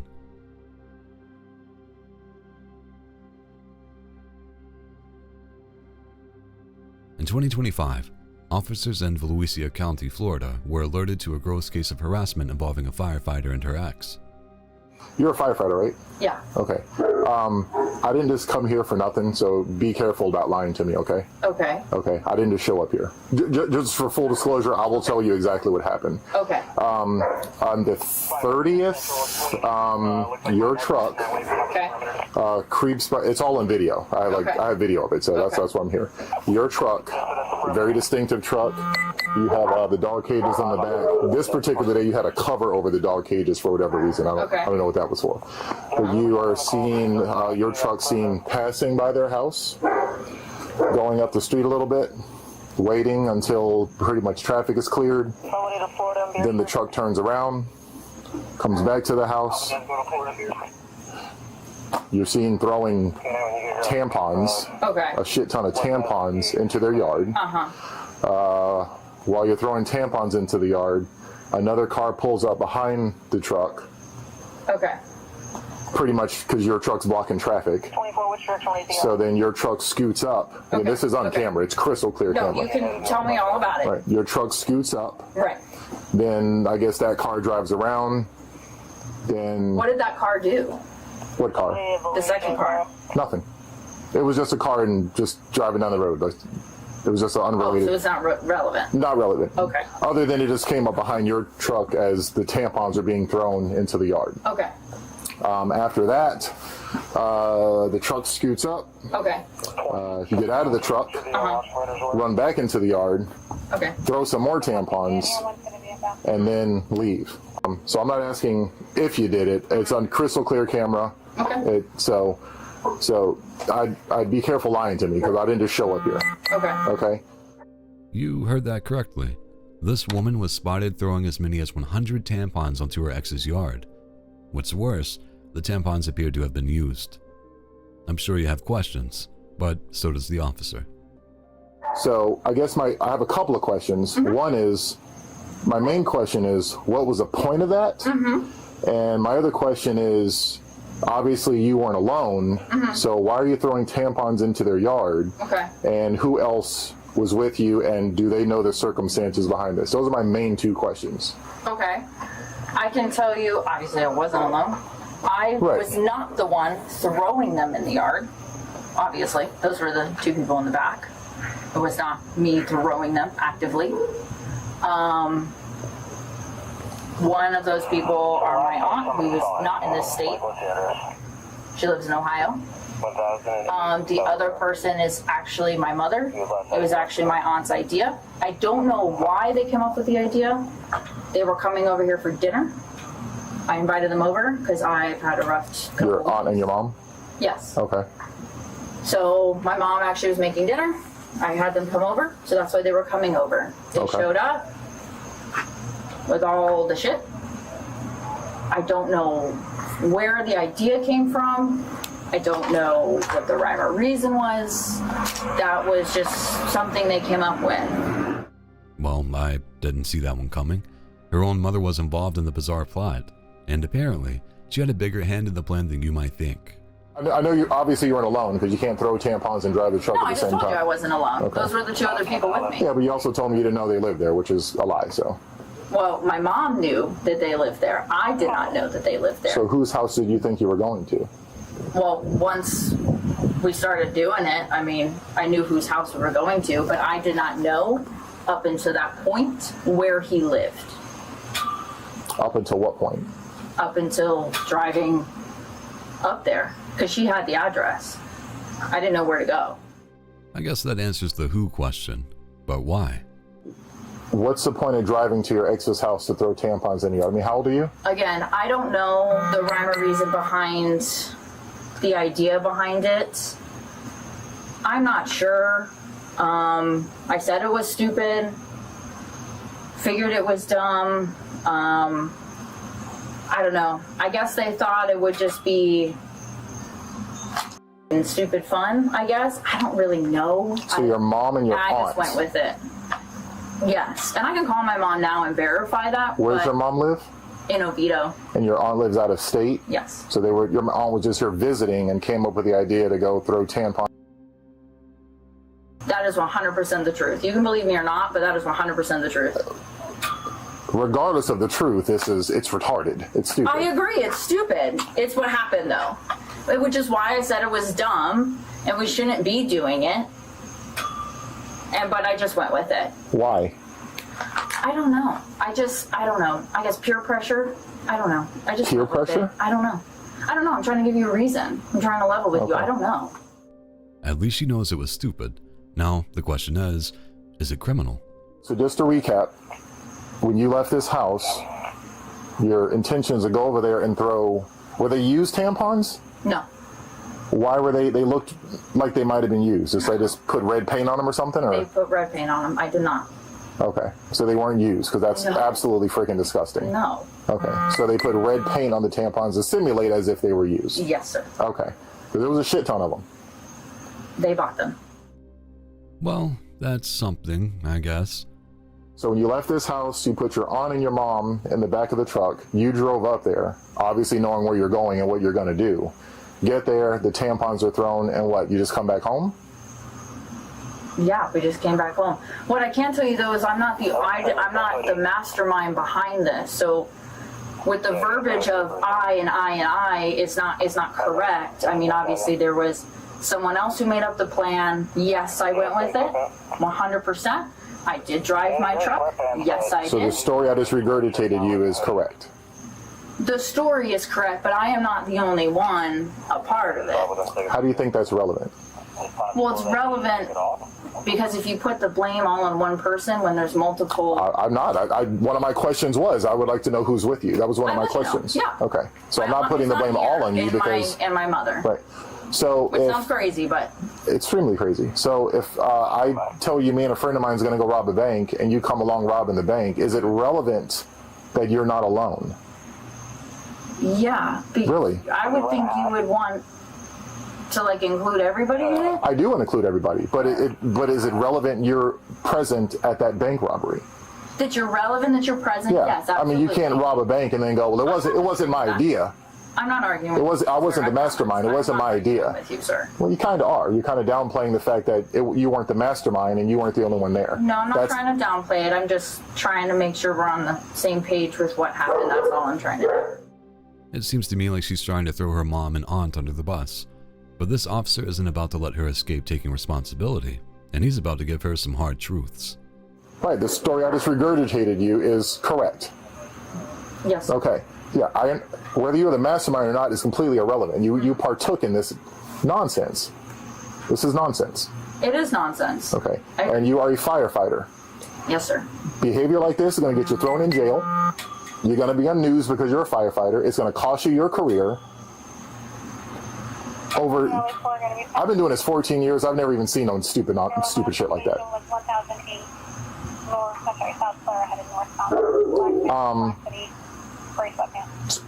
So your mom lives in Oviedo. Your aunt is at a state. What state? Just Ohio. So she's just down visiting. Your mom was over visiting. Yes. Okay. Come have a seat right here. I need to make a phone call real fast. Okay. Can I call my mother? Do you want to call your mom? If you want to, sure. Right. She's just here with me, just. That's fine. I didn't know she was in. Are you wanting me to talk to your mom, or what? No, I can talk to her unless you want to, but I didn't know the reason you were calling I was your just mom. asking if I can. You can if you want. Sure. Okay. I don't mind that.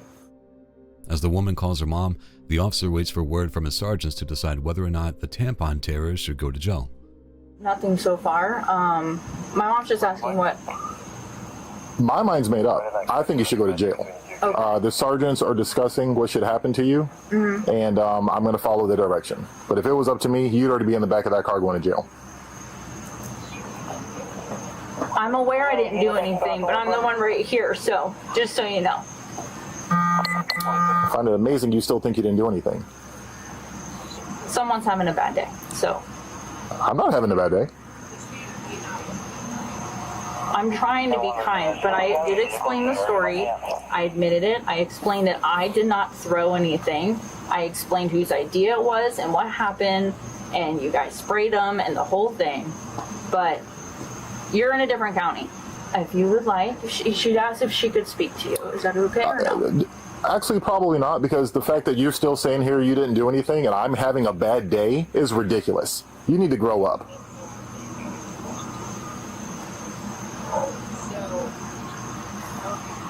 Well, he doesn't want to speak with you, so I guess I'm just gonna, I'll let you know if I can what happens. The reason they're discussing it is because we're trying to determine the best course of action here.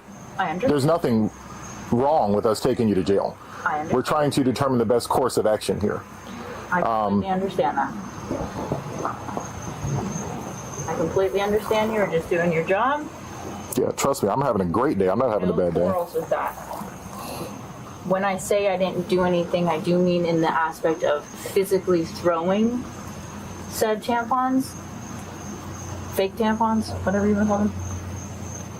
Well, I try to give you an analogy to get you to understand something. If me and you go to rob a bank and you're just a getaway driver, you still go to jail for bank robbery. You're part of it. It doesn't matter if you physically did something or not. Well, unfortunately, they agree with me, so you're going to be going to jail today. Is that your mom there? She didn't do it. I did it. Okay, she was along. All three of you theoretically did it.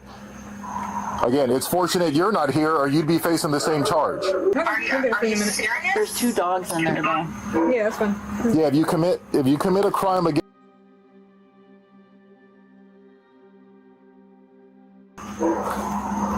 So,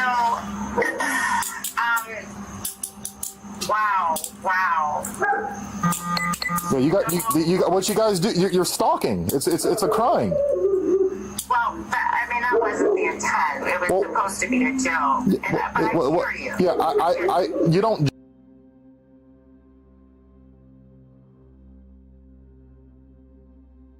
A prank or it's called stalking.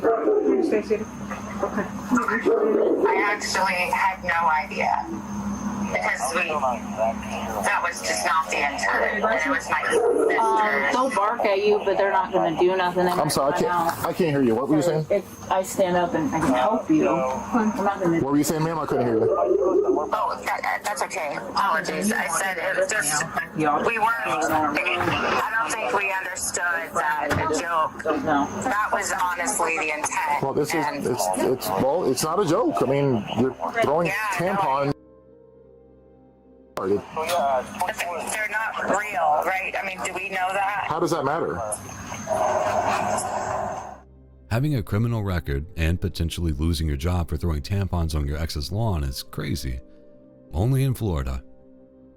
The woman was released on bond while court records show her lawyer was trying to dismiss the case, citing insufficient evidence to show that a crime had actually been committed. As the case works its way through the court, the woman has been placed on administrative leave by the Orange County Fire Rescue. Units, I got eyes on them here. Sir! Stop, come here. I'm gonna tase you.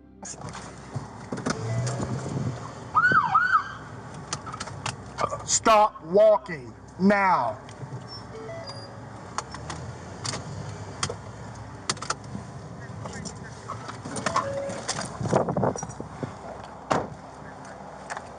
Get on your knees. Now.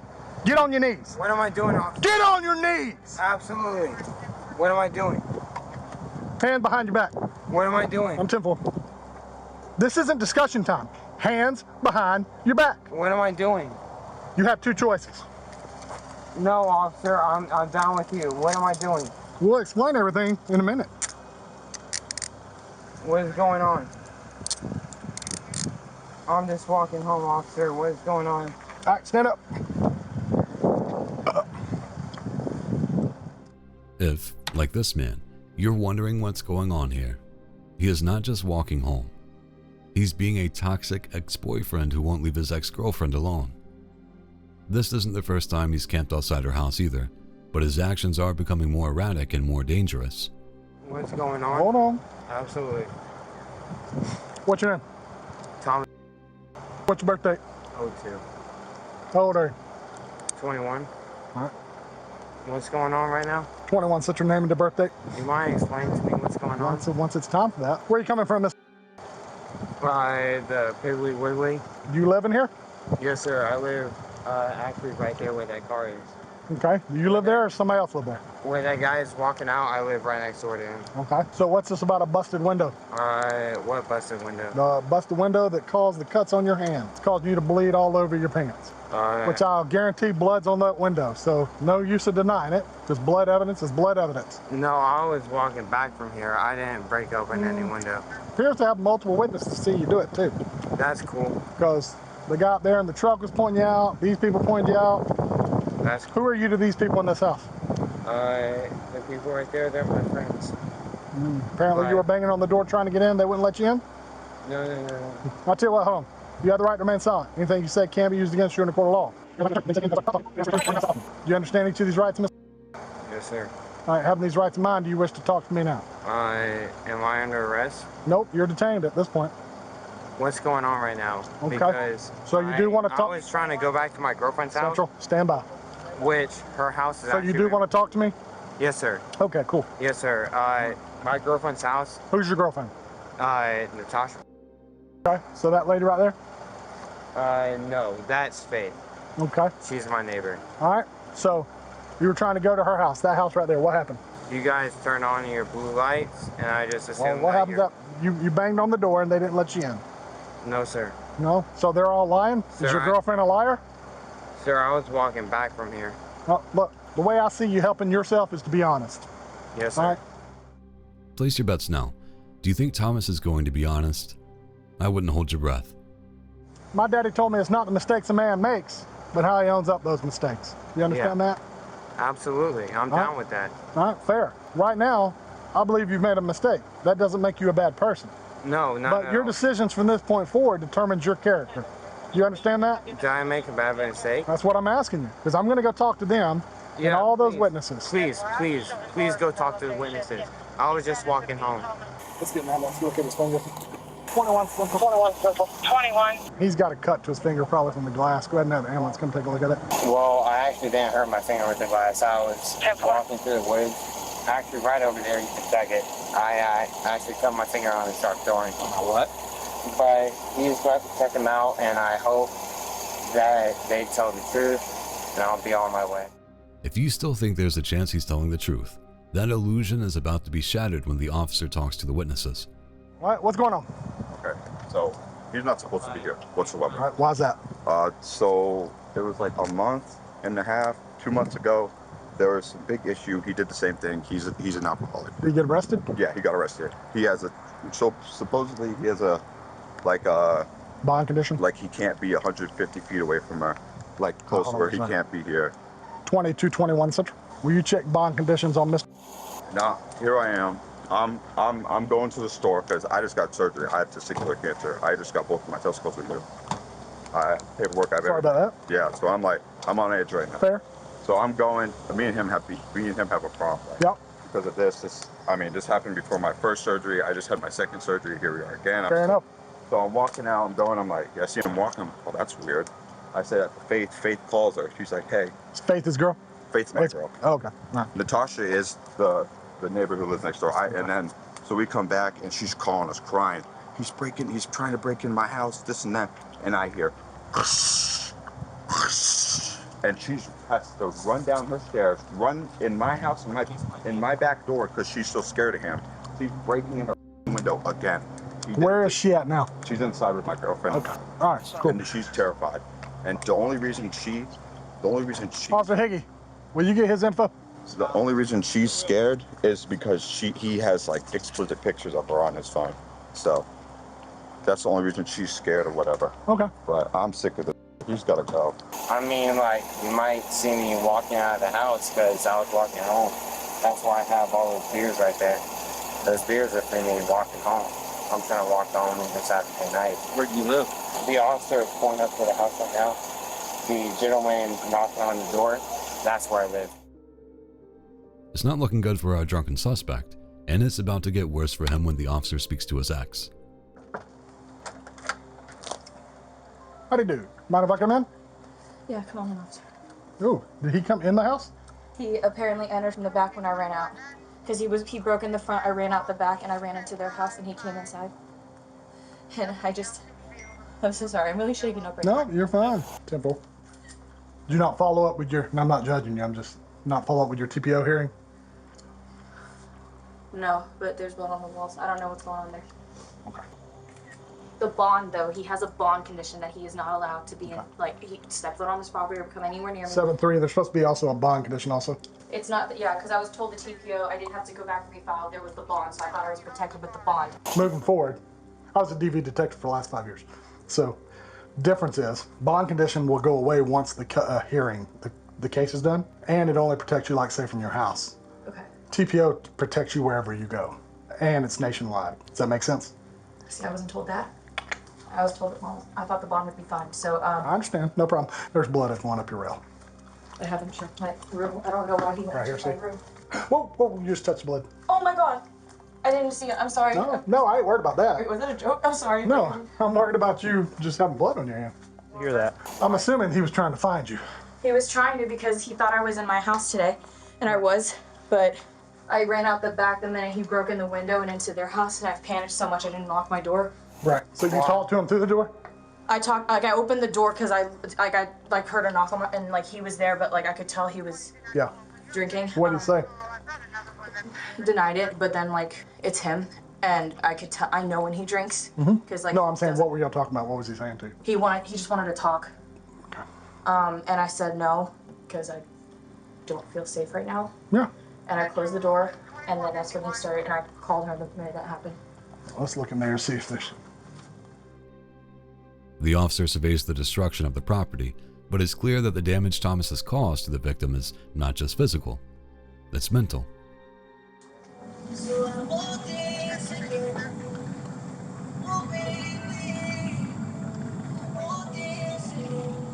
All right. I was on the phone with her when he did break in. Mm-hmm. And like she was freaking out, and I heard her like telling me, she was like, hey, like he's trying to get in. And then I heard the window crash, and I was like, Natasha, you need to get over here, in which I live right next door. Right. And so she ran out the back, and that's when she came over here. But I heard him banging, like when I was on the phone with her, and then I heard the crash of the window breaking. Okay. And that's when she. You guys have your IDs?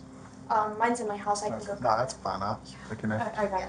I'll get your name and birthday. No need to make you run out there. He's gonna be arrested. Okay. What we can do is, if you feel comfortable walking out, he's gonna be in a car, distance. We can bar him from your property. You can bar him for 2 years. He's already barred. Oh. And I kindly told him to leave. Well, did the police bar him, or did y'all just like? Police bar. Oh, we'll have to look at that. 21 Central. I'm sorry. No, you're fine. You're funny. That was from previous. Would you check, see if Mr. Miller's barred? You're okay, darling. You okay? Hey, up high, 5.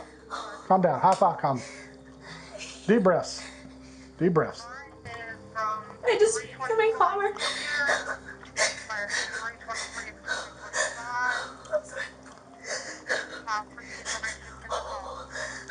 Thank you. He is barred, you're correct. I just started. That's okay. No rush, I got it all day. Okay, what happens now? What happens now? All right, well, he's gonna go to jail for multiple charges. We're gonna give you some information. What were y'all to each other prior? Prior to the last time, Yeah. like, we were in a relationship. How long? About a year. Okay, did y'all live together? Yeah. There's already a case. No, about that's fine. I just have to clarify if it's domestic violence or not. So, okay. Prior, it hasn't been. It was like way before. If you ever live together, it always qualifies as domestic violence. All right. I'm gonna get you some information. Okay. Have you talked to Project Safe? Yeah, I have. Okay. All right. But I'm gonna reach back out to them. All right. Cool. All right. We'll be back with you in just a moment. Okay. As the evidence mounts against him, Thomas receives medical treatment for his cut and still believes he's going to walk free. I mean, we're gonna have them look at your hand, okay? That's fine by me. Do you mind unlocking me? That'll be up to them. Okay, cool. I think right now, look to see how bad it is. I haven't even looked at it. See, it's maybe bleeding on the hood of the car. But... What's the name? I'm gonna run over here. Yeah, it's all good. Can they look at your hand right quick? They want to see how... You mind if it stands up? Yeah, go ahead. Yeah. They just want to look, see how bad it is, if it needs stitches, don't need stitches, a Band-Aid will work, or... I'm sorry, I just got myself on a thorn. I should have bleeding, but it's from a thorn. Yeah, please. I don't think it's going to need stitches, man. Okay. Not at all. I mean, it was like a poke? Yeah, a little bit of a little tiny laceration. Sometimes when you have blood on it, it's kind of hard to tell until it gets cleaned up some. There you go. Hopefully I'll keep from getting infected and keep from bleeding anymore. I think you're good now. Check. All right. Check. Check the bandage. All right, young man. Yes, You're sir. under arrest. 2 counts of criminal trespass, violation of bond condition, public intoxication, obstruction. All right, Higgy, would you take him out for me? Sure. Wait, what am I under arrest for? 2 counts of criminal trespass, 1 violation of a family violence order, 1 count public intox, 1 count of obstruction of a law enforcement officer. What is the trespass? 1, you busted your window, and 2, you were already barred from this location. The last time you broke the window. When you got arrested, the judge gave you a bond condition. You violated that bond condition by coming back here. You were drunk in public doing all this. That's the definition of public intox. And when I told you to stop, you refused to stop, and I had to pull out a taser, point it at the ground to get you to comply, and had to yell at you twice to do so. That is obstruction of law enforcement. Sir, can you tell me what's going on? Yeah, you just told you, you've been charged. I am okay with that. You've been arrested for damaging the windows, violating a bond condition. I'm going with the fact that he's intoxicated and don't remember what you're... Yeah, probably so. You're also intoxicated. So let's go here and come have a seat in my car. Sir, I'm not intoxicated. I can smell it on you 5 feet away. I've done this for 30 years. I can smell it in good ways. Frustratingly, after being charged with the offenses mentioned by the officer, Thomas's bond is set at just $10. And despite all the evidence, the charges against him were eventually dismissed.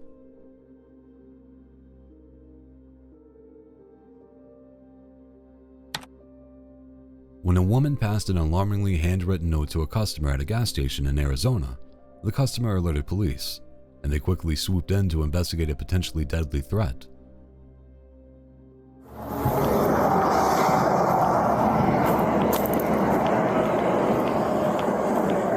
You good here, bro? What do you got, buddy? Want to talk to her real quick? What's going on today? He took me from my house in Mesa, and he's had me ever since. He took everything. He had me duct taped to the car.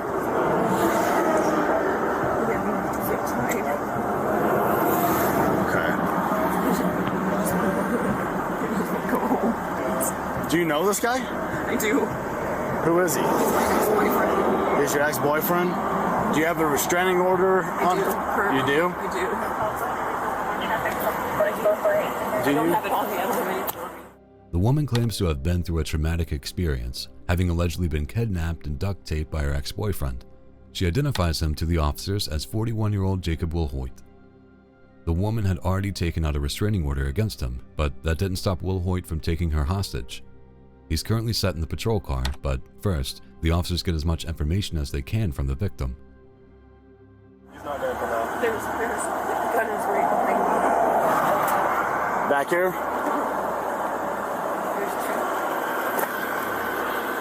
I'm sorry. So he pretty much held you captive? I gotta figure out who's taking this, but there is zip ties in the car. Guy has guns in here, and from what the 101's saying is that she was kidnapped from Mesa. So if we can contact Mesa PD and see if they got a missing person report or anything else like that. Is that your phone? That's my phone. This is mine. He had it in foil? And then can you copy another 27? This is going to be the mail subject. Were you hurt in any way? Just had me zip tied for a while. So he zip tied you? And that's all right here? some of it came out because he had duct tape. There's Did he tell you where you guys were headed? towards Keenan. I don't know. What for? Did he tell you? Just to get away. Just to get away? Yeah. How long ago was Claims it? that there's like federal people after him. I don't know. He said that to me too. He says he was with the DOJ. But he's got like things in foil. Things in foil and stuff. He has a gun. Suitcases packed. Any of your clothes or anything? I have one bag. So somebody reported you missing and endangered down there. Good. Thank you. So what I'm doing right now is my sergeant's having Mesa PD contact them, and then we're going to assist them in any way we need to. Okay. Regarding this, our detectives may come up and talk to you. It's fine. Again, do you not need me to call medical or anything like that? No, but I want to call my parents, but I can't. Okay, give us a second. Let us try to figure this out. Now that she's safe, the officers turn their attention to the suspect. I wonder how he's going to try to explain his way out of this one. So, I gotta read you this because you're in the back of my patrol car with handcuffs, okay? So now you have been detained for having committed the crime of kidnapping. And now we're still investigating it, okay? So, you can call that the gentleman for the department reversals of a writ is coming. A what? A writ is coming. A writ? Yes. No, I got called that. So we're trying to figure out, obviously we got her side of the story. What is going on?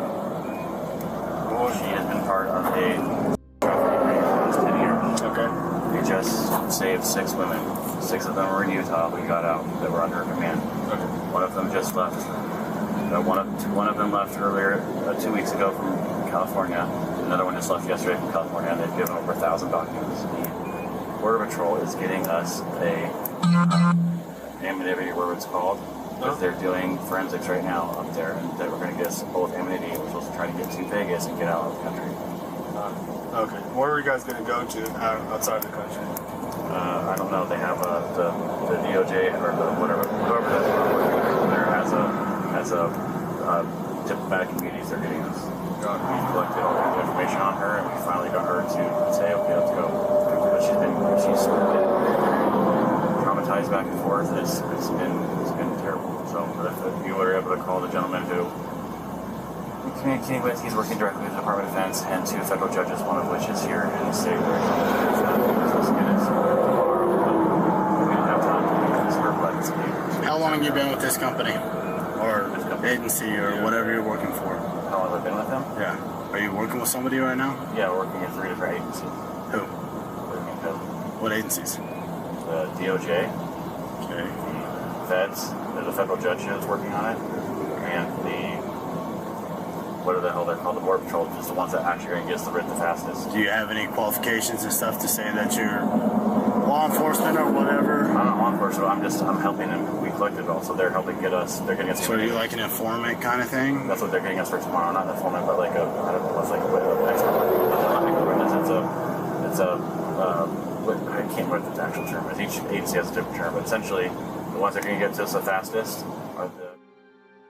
Will Hoyt tries to spin a bizarre tale about undercover investigations and informants, but his story doesn't add up, especially when compared to the victims. When did he end up taking you today? We slept out in the van last night. So he took you yesterday? He took me Monday morning. I went to drop my car off at Kia, and my car's still there. At Kia? Mm-hmm. So you dropped your car off at Kia to get maintenance done, or? Yeah, an oil change, and then he met me there, and he showed up with a wig on. He showed up with a wig on? There was a wig in the back. And that's when, did he grab you and force you in the car? Or? No, I thought it was an Uber. Oh, she thought it was an Uber. The truth appears to be even stranger, as the woman says Will Hoyt wore a wig and posed as an Uber driver in order to abduct her. Officers would later find the wig, along with several other concerning items in the back of Will Hoyt's vehicle. And there's the wig she's saying he picked him up in. So, I don't know, man. So we got zip tie, zip tie, zip tie. Pinkerton Detective. Yeah, you see that? Agency name. Badges? Yeah. He also has a handgun back here. Does he? Yeah, it looks like handcuffs too, maybe, or something, duty belt. And then realize, did he take the wig off after, or? Yeah. So, did you order an Uber? No. So I was waiting, and then he called me and he said, I ordered you an Uber, and I walked up to the car, and then he told me to get in. So he told you he ordered you an Uber. Yeah, he called my phone. And then you got in, and then he took the wig off? Yeah. And these items would not be so easy to explain away. So you got her out of there. When did the duct tape and the zip ties come into play?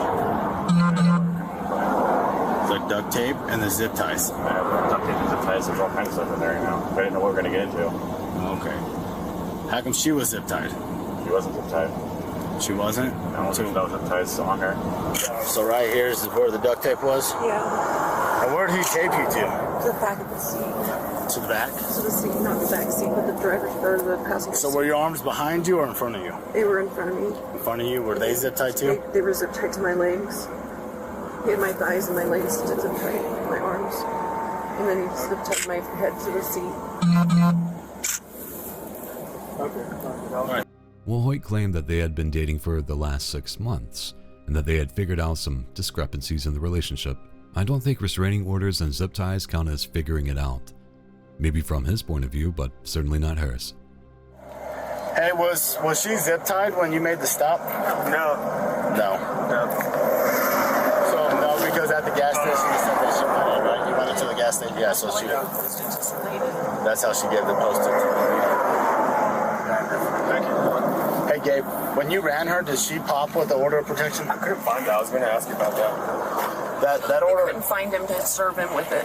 So they couldn't But I find went him and to saw the serve judge. with it, but she went and saw the judge. And I have people at home, and my parents have a copy too, because their house is under protected too. Right. He told me that if I said anything, I was going to get hurt. So I just played along with him. Okay. I had to play along. I had to tell him I loved him and told him that I wanted to be there. Okay. Because once I did that, he started letting me untied. Okay, so he started once you started going along with his game. Then he let me go. Is when he let me let you go inside the gas station and do all that. And yeah, he followed me in the gas station everywhere I went, but he started being more lenient with me. Okay. Okay. Unsurprisingly, Woolhoit is detained for further investigation. But what is a surprise is the strange request he makes as he's being taken to the police headquarters. All right, man, so my name's Deputy Hawkins. Here, I'll help you. Don't you mind getting those one click off? I can't feel my hands because they're so tight. Right, I'm gonna switch the cuffs down. I'm gonna put them in front of you. Okay. So right now, you're not under arrest, but you are detained for further investigation, okay? So I have to take you to my headquarters, and then there's gonna be some detectives that are gonna talk to you. Is she still here? Yes. Can you do me a favor? I asked her gentlemen this too. Can you please tell her to stick to her story that she was kidnapped unless we get her immunity? Please, it's really important that she'll really kill. Stick to her story. Stick to her story. Stick to her story about being kidnapped, unless we get her immunity from Border Patrol. Otherwise, stick to it. Otherwise, they're going to kill her. Okay. I know it sounds crazy, but just tell her to crucify me. Just literally crucify me and say that I kidnapped her unless we get her immunity tomorrow. If we don't do that, for our everything that's happened, then stick to that story. Okay. I know it sounds stupid, but that's why it's okay. Please, I swear to God, please do that for me. Okay, I'll let the trooper know that's going to be taking her down. Okay. Okay, please. But if you just, please, I know it sounds really crazy. Please say that to her. He's still not willing to drop the act and thinks he can convince officers that she's making up a story of being kidnapped, a story he wants her to stick with unless she gets immunity from Border Patrol. This is all just smoke and mirrors from Woolhoit, and it's going to make things worse for him. Soon enough, the officers get the call that they need to place him under arrest. He's got warrants out for his arrest. Okay. Perfect. We've talked to his probation officer. He's issued 2 warrants for his arrest. Okay, we talked perfect. with the Mesa police, and they're issuing a warrant for his arrest. Perfect. Sounds good then. Jacob Woolhoit was initially charged with several serious crimes, including kidnapping, aggravated assault, unlawful imprisonment, and possession of a weapon by a prohibited person. At the police station, the distressed victim was very unhappy with how the police had handled things, and understandably, she just wanted to go home. Please go get this. Fine. You guys have enough charges on him. He's broken his protective order against me. Right, but we don't have that in the system. It's not in the system. You still have it in Phoenix. Just let me go. Let me explain what I know. Fine. Let's go. Come on. She's hysterical right now. I get it. She's been captive for 2 days. I get it. But I don't have I understand what you're half saying. of the story. I understand. I've got 2 detectives sitting in there with a suspect right now. That's fine. But I can't hold him. Why? Because I have no charges on him. Why would you not have any charges? You have a kidnapping. You have proof that there was kidnapping in the vehicle. They have the proof, but they need your statement in order to do it. Fine. Let's go. I'm going to do this real quick for you, please. Listen to me. No. Just listen. All this time you spend arguing, you could be giving him. Fine. Let's go. Why are you still standing here? Ma'am, if you want to go home, go with your parents and go home. We're not taking her home.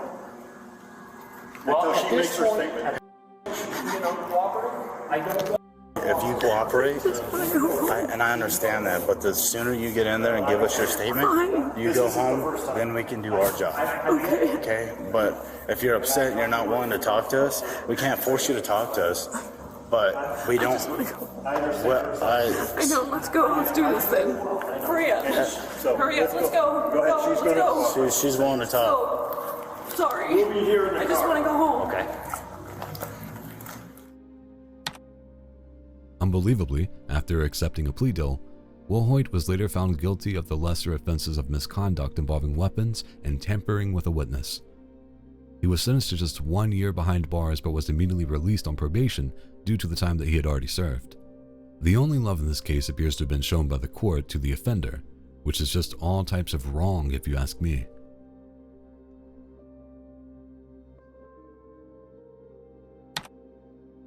Love can truly transform people. Some people grow with the love and support of a partner, becoming the best that they can be. Others turn into monsters.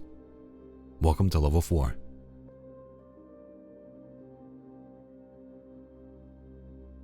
"27-year-old Caleb Cody was dragged off a plane by police at Manchester Airport in England after throwing a drink in his girlfriend's face.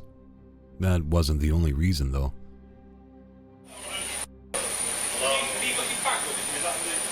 I'll get that in a minute. Is it on there? Yeah, I'll grab it in a minute.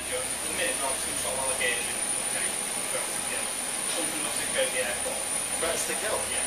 So, just to explain to you, at the time it's got oh my goodness. So I'm going to cuff you to the rear, okay? Do you want to put your hands behind your back?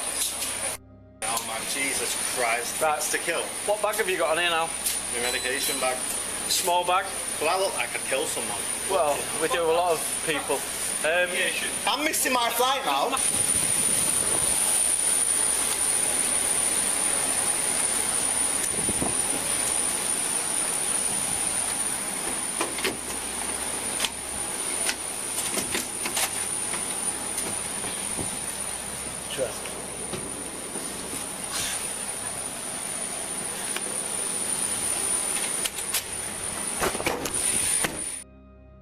Cody was also seen shouting at his partner and threatening to kill her when a Facebook message on her phone sent him into a rage. Cody's arrest kickstarted an investigation, during which it was revealed that he had been controlling and manipulating his girlfriend for years. Officers searched through 35,000 messages and found that he had been tracking her location, controlling what she would wear and even deciding who she could talk to. Cody pled guilty to engaging in controlling and coercive behavior and was jailed for 16 weeks. Suspended for 12 months. He was also ordered to pay £200 in compensation to the victim. It was lucky that the police intervened when they did, or something far more serious and tragic could have happened.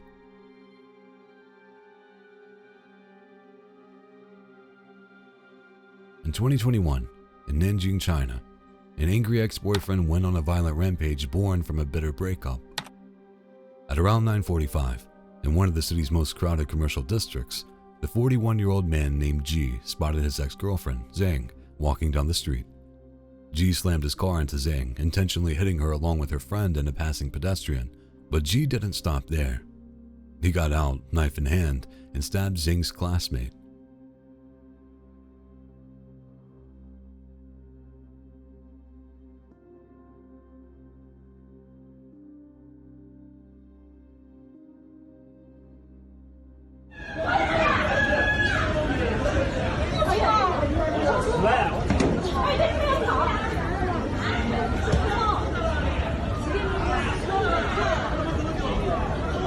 赶紧过来啊！我再放点啊。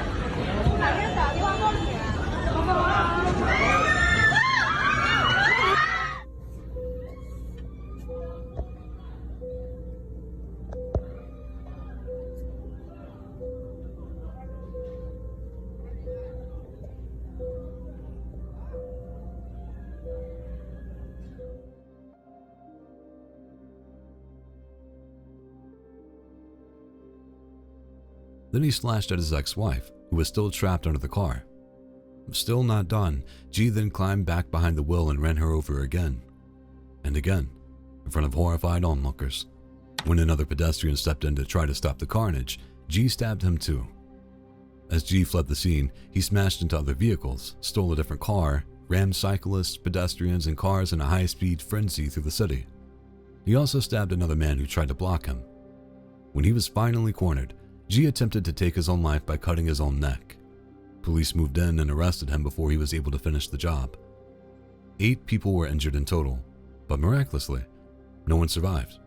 Investigators said that it was an act of personal revenge after years of a toxic relationship. G had tried to get back with Zhang after the breakup, but she refused. The Chinese police vowed severe punishment against G, but it's unknown exactly what punishment he faced.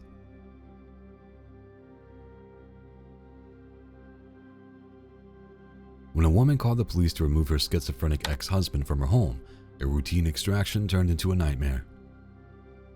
Relax, relax. Just come outside. Come on, can we talk to you out here? Let's go. I need you to relax. Just talk to me, okay? Relax, just talk to me, okay? Relax, relax. Hey, relax, man. Let me get a taser up. Taser, relax, sir. taser. Hey, I need you to relax. Hey, don't grab anything. Hey, come here. Hey, relax. Relax. 40. Bust it out. Go ahead.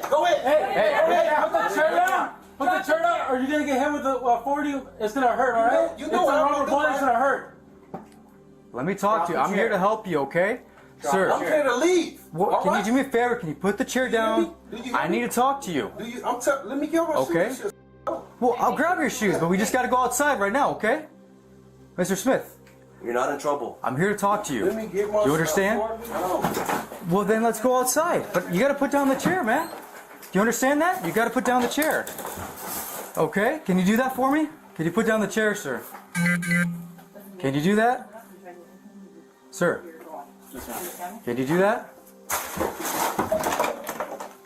Sir, can you do that for me? Put the chair down. Put the chair down. Hey, put the chair down. Put it down, okay? Just put it down. Let me out. Put the chair down. No. You can come outside if you put the chair down. Let me out. Right now. Yeah, put the chair down. Let's go. It's okay. We'll get your shoes. Let's go. We'll get your shoes. You won't get hurt, okay?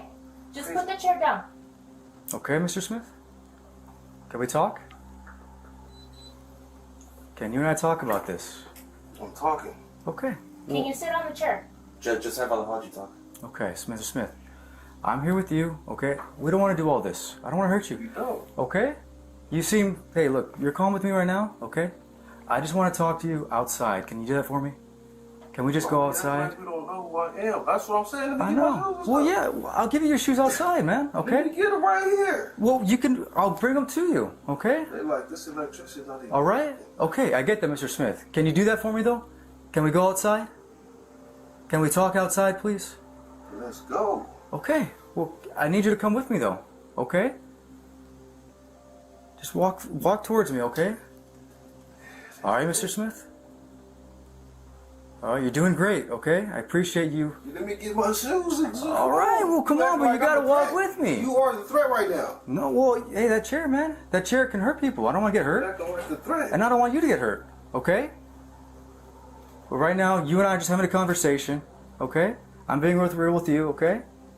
I just need you to come outside with me. I'll give you your shoes outside, okay? I promise you that. I promise you can get your shoes outside. Does that sound like a deal? Yeah, let's do it. Okay. I need you to walk towards me, okay? Let me get my stuff. Well, yeah, but you gotta come with me, all right? This guy arrest him outside, right? Okay. All right, Smith? Anywhere for you to possible battery suspect there now, 610 Bonnie Bray. Suspect female, black 30 star cruiser, sweater, khaki Let's go outside. We'll talk. Okay, we'll let you go, but you gotta step outside real quick, all right? We'll let you go. That's my promise, all right? If you do my work. Please, let's make this easier for all of us. All right, we don't want to hurt you. We want to help you out. All right, buddy? Just step on outside, please. What's happening? Mr. Smith. Okay? I'm being calm. I'm being calm with you, okay? Keep the chair down, all right? Just relax. I don't want to tase you. Okay? Just relax, Mr. Smith. Come here, I need you, Mr. Smith, stay with me, okay? Stay over here. Hey, Mr. Smith. Smith. I need you to come with me, sir. What? I need you to come here. I need you to come here. Come here, come here, come here. Leave the chair, leave the chair. The officers do their best to deal with the situation as calmly as possible, but the man's behavior and mental health issues put the situation on a knife edge, and the officers have to be ready for anything. If you listen, I'm gonna go. You're up there. Hey, come here. I'm not the threat. Watch out. Get on. Watch out behind him, okay? On his right-hand side. I'm not the threat, like I said. Well, we need to talk to you, okay? Stop all that. Yeah, that's what I'm saying. Stop all of that. I'll be lethal. Stop.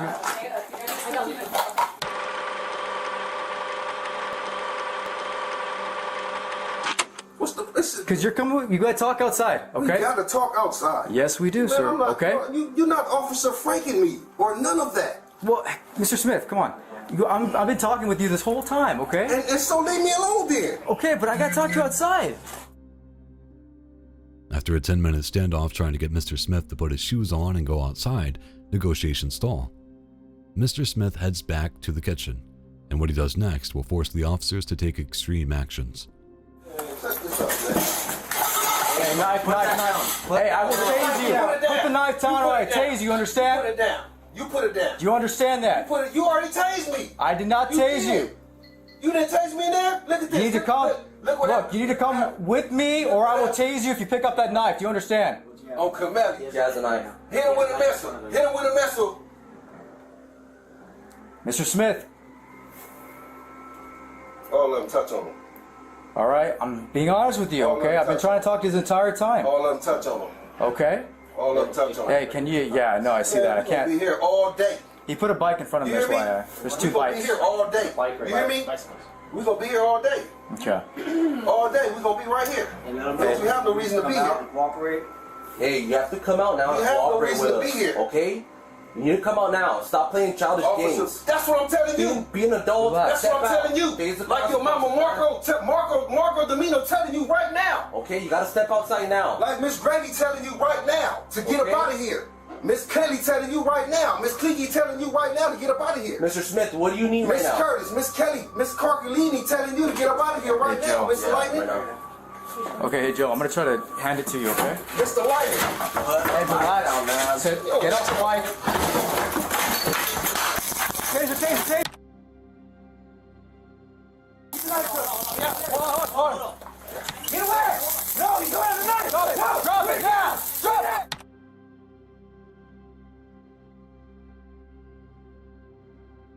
Tasers fired by the officers eventually bring Mr. Smith to his knees, but when he moves towards them and raises his arm with the knife in hand, the officers fire their guns. Mr. Smith did not survive.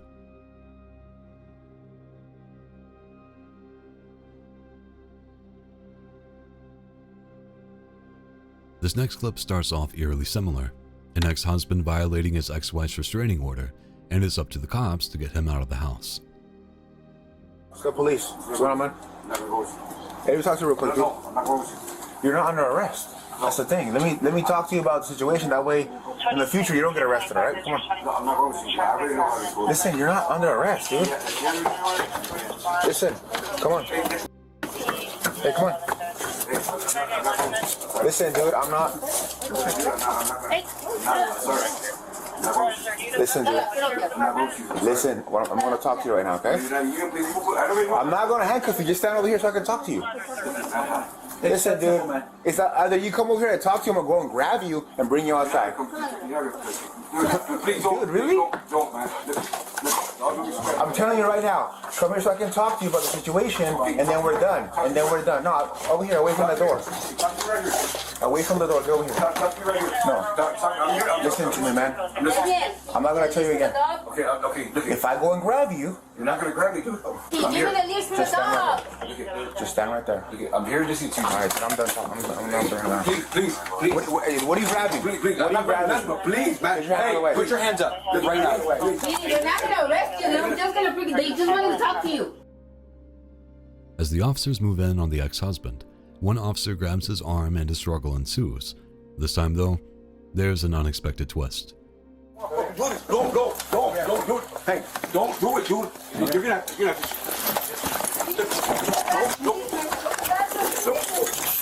gonna make me do this, huh? Don't do this. Don't come up. I'm gonna chase you, dude. Don't do this.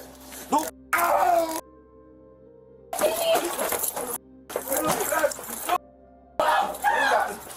No, man. Shut. Man. Shots fired. Arson needs help. Shots fired. Arson needs.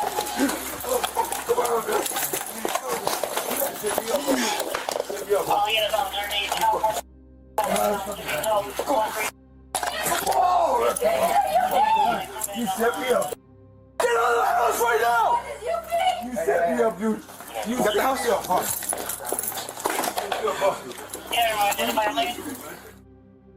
As one of the officers grapples with the man, a gunshot rings out.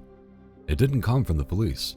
The bullet grazes an officer's hand and causes him to drop his own gun. When he picks it up, he fires a single shot back at the ex-husband but misses. The officers subdue the man, and he is later taken into custody, likely to face a long time behind bars.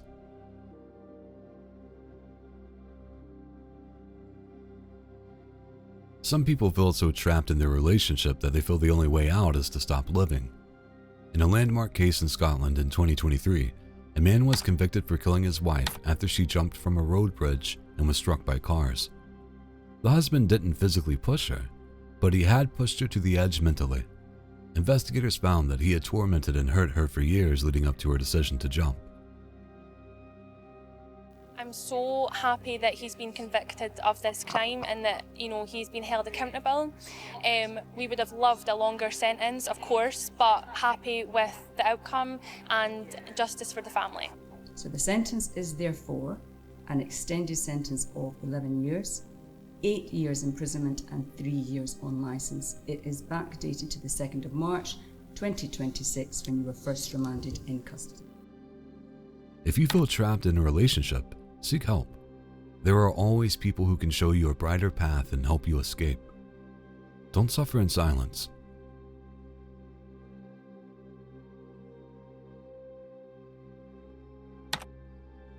In 2021, Nafia Ikram was the victim of a brutal acid attack that left her with second and third degree burns to her face, arms, wrists, shoulders, right eye, and throat. The attacker, Terrell Campbell, threw a cup of liquid that was 70% sulfuric acid in Nafia's face. However, the mastermind behind the attack was found to be none other than Nafia's ex-boyfriend, 31-year-old Shaquille Coke. Coke, described as a jealous, possessive, and jilted former boyfriend of the victim, had met with Campbell an hour before the attack. Campbell was arrested in 2021, but Coke wasn't arrested until 2026, following a 5-year-long investigation that tied him to the crime. He has been charged with assault, criminal possession of a weapon, and unlawfully possessing noxious materials. Meanwhile, Nafia still struggles with poor vision, scarring on her face, and deep emotional trauma. The fact that he thinks that he had the right to do that in itself and then create a whole fake scenario and all of that to make me deceptive and think that he's protective and I should stay with him because he's so protective of me. Like that in itself, you're delusional and you're diabolical. So that type of person, I just don't think, like how we were saying before, we don't need people like that on the street. And I'm just really grateful that at least the person's in custody now, because that was my big fear from yesterday, that I was like, oh my God, like what if they don't arrest him, those kinds of things. And I do also want to add in that I'm hoping that the way he felt about karma how he said, I'm going to take karma into my own hands, that kind of thing, and thought he could do this, you reap what you sow.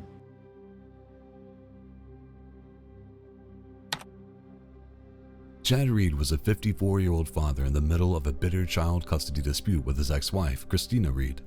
On November 5th, 2021, he visited the home of Christina's boyfriend, Kyle Carruth, to pick up one of his children as part of a court-ordered exchange. Tensions boiled over and the pickup turned deadly. What started as an argument between Chad Reed and his ex-wife escalated when Carruth stepped in. Carruth retreated inside the residence and returned armed with a Ruger 9mm carbine rifle. He demanded Reed leave the property. Reed, unarmed and increasingly agitated, stood his ground. Cell phone footage shows Carruth firing a warning shot at Reed's feet. The two men struggle briefly as Reed reaches for the weapon. This is on video! Call the police. Call 911. Call 911. Call 911. Oh my God! Carruth is thrown back but regains control of the rifle. He then spins and fires twice, striking Reed in the chest. Chad Reed collapses. He died at the scene. Carruth maintained that he acted in self-defense, fearing for his life and the safety of others as Reed advanced and attempted to disarm him. A special grand jury, presented with eyewitness testimony and evidence, reviewed the case thoroughly and voted not to indict Kyle Carruth on any criminal charges in March 2022. No criminal conviction ever followed. Reed's widow and mother filed for wrongful death lawsuits against Carruth, seeking millions. In 2024, the case is settled confidentially, with Carruth's insurer agreeing to pay a modest sum split among Reed's children.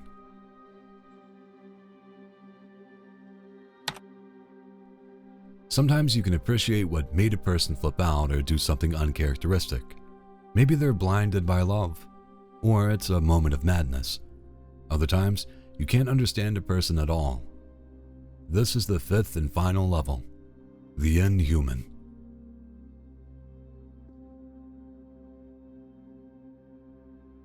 Some people will do anything to satisfy their own needs, no matter who gets hurt in the process. Hey, you know that you stole money out of my account? That was money for my kid, heart surgery? Why is you recording me right now? Like, you trying to... Don't worry about why I'm recording you. I'm worried about what my money is. Like, I begged you to take me to that concert. Why wouldn't you take me to the concert? Because the concert is the least of my worries right now. I don't care about that. Like, my kid heart surgery is what I'm worried about right now. Look, like, and for you to take my money out of my account just to go to some Beyonce concert, you done lost your mind. I don't care. Like, I don't care what you don't care about. Your voice, like, right now. Oh, you my money. Ask your baby mom. She ain't got nothing to do with it. Beyonce concert or a child's heart surgery. This woman chose the concert, taking money from the dad's account and showing zero remorse for denying his child a life-saving operation. Just because she doesn't have a heart, it doesn't mean that she should deny others from having one, especially a child.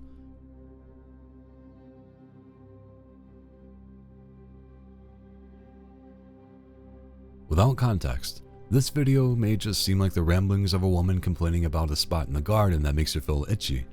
It's the type of video you'd probably scroll past without a second thought. But the truth behind it is sickening.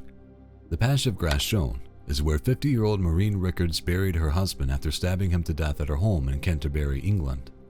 She had first kept his body in a cupboard in their bedroom before wrapping it in trash bags and hiding it under some grass cuttings in the garden. Her frail husband had previously been seen by friends with multiple bruises and injuries, suggesting a long history as a victim of domestic abuse. An officer investigating his disappearance noticed a sickly smell in the garden and made the gruesome discovery. 12:23. Okay, so I'm placing you under arrest under suspicion of fraud. Of what? False representation. Okay, so. False representation of what? So the circumstances are you're using your husband's card without permission to make purchases. Okay, so you don't have to say anything, but it may harm your defence if you're not mentioned when questioned, something which you later rely on in court. Anything you do say may be given in evidence. Following a 2-week trial, Maureen Rickards was sentenced to life in prison with a minimum of 22 years to be served.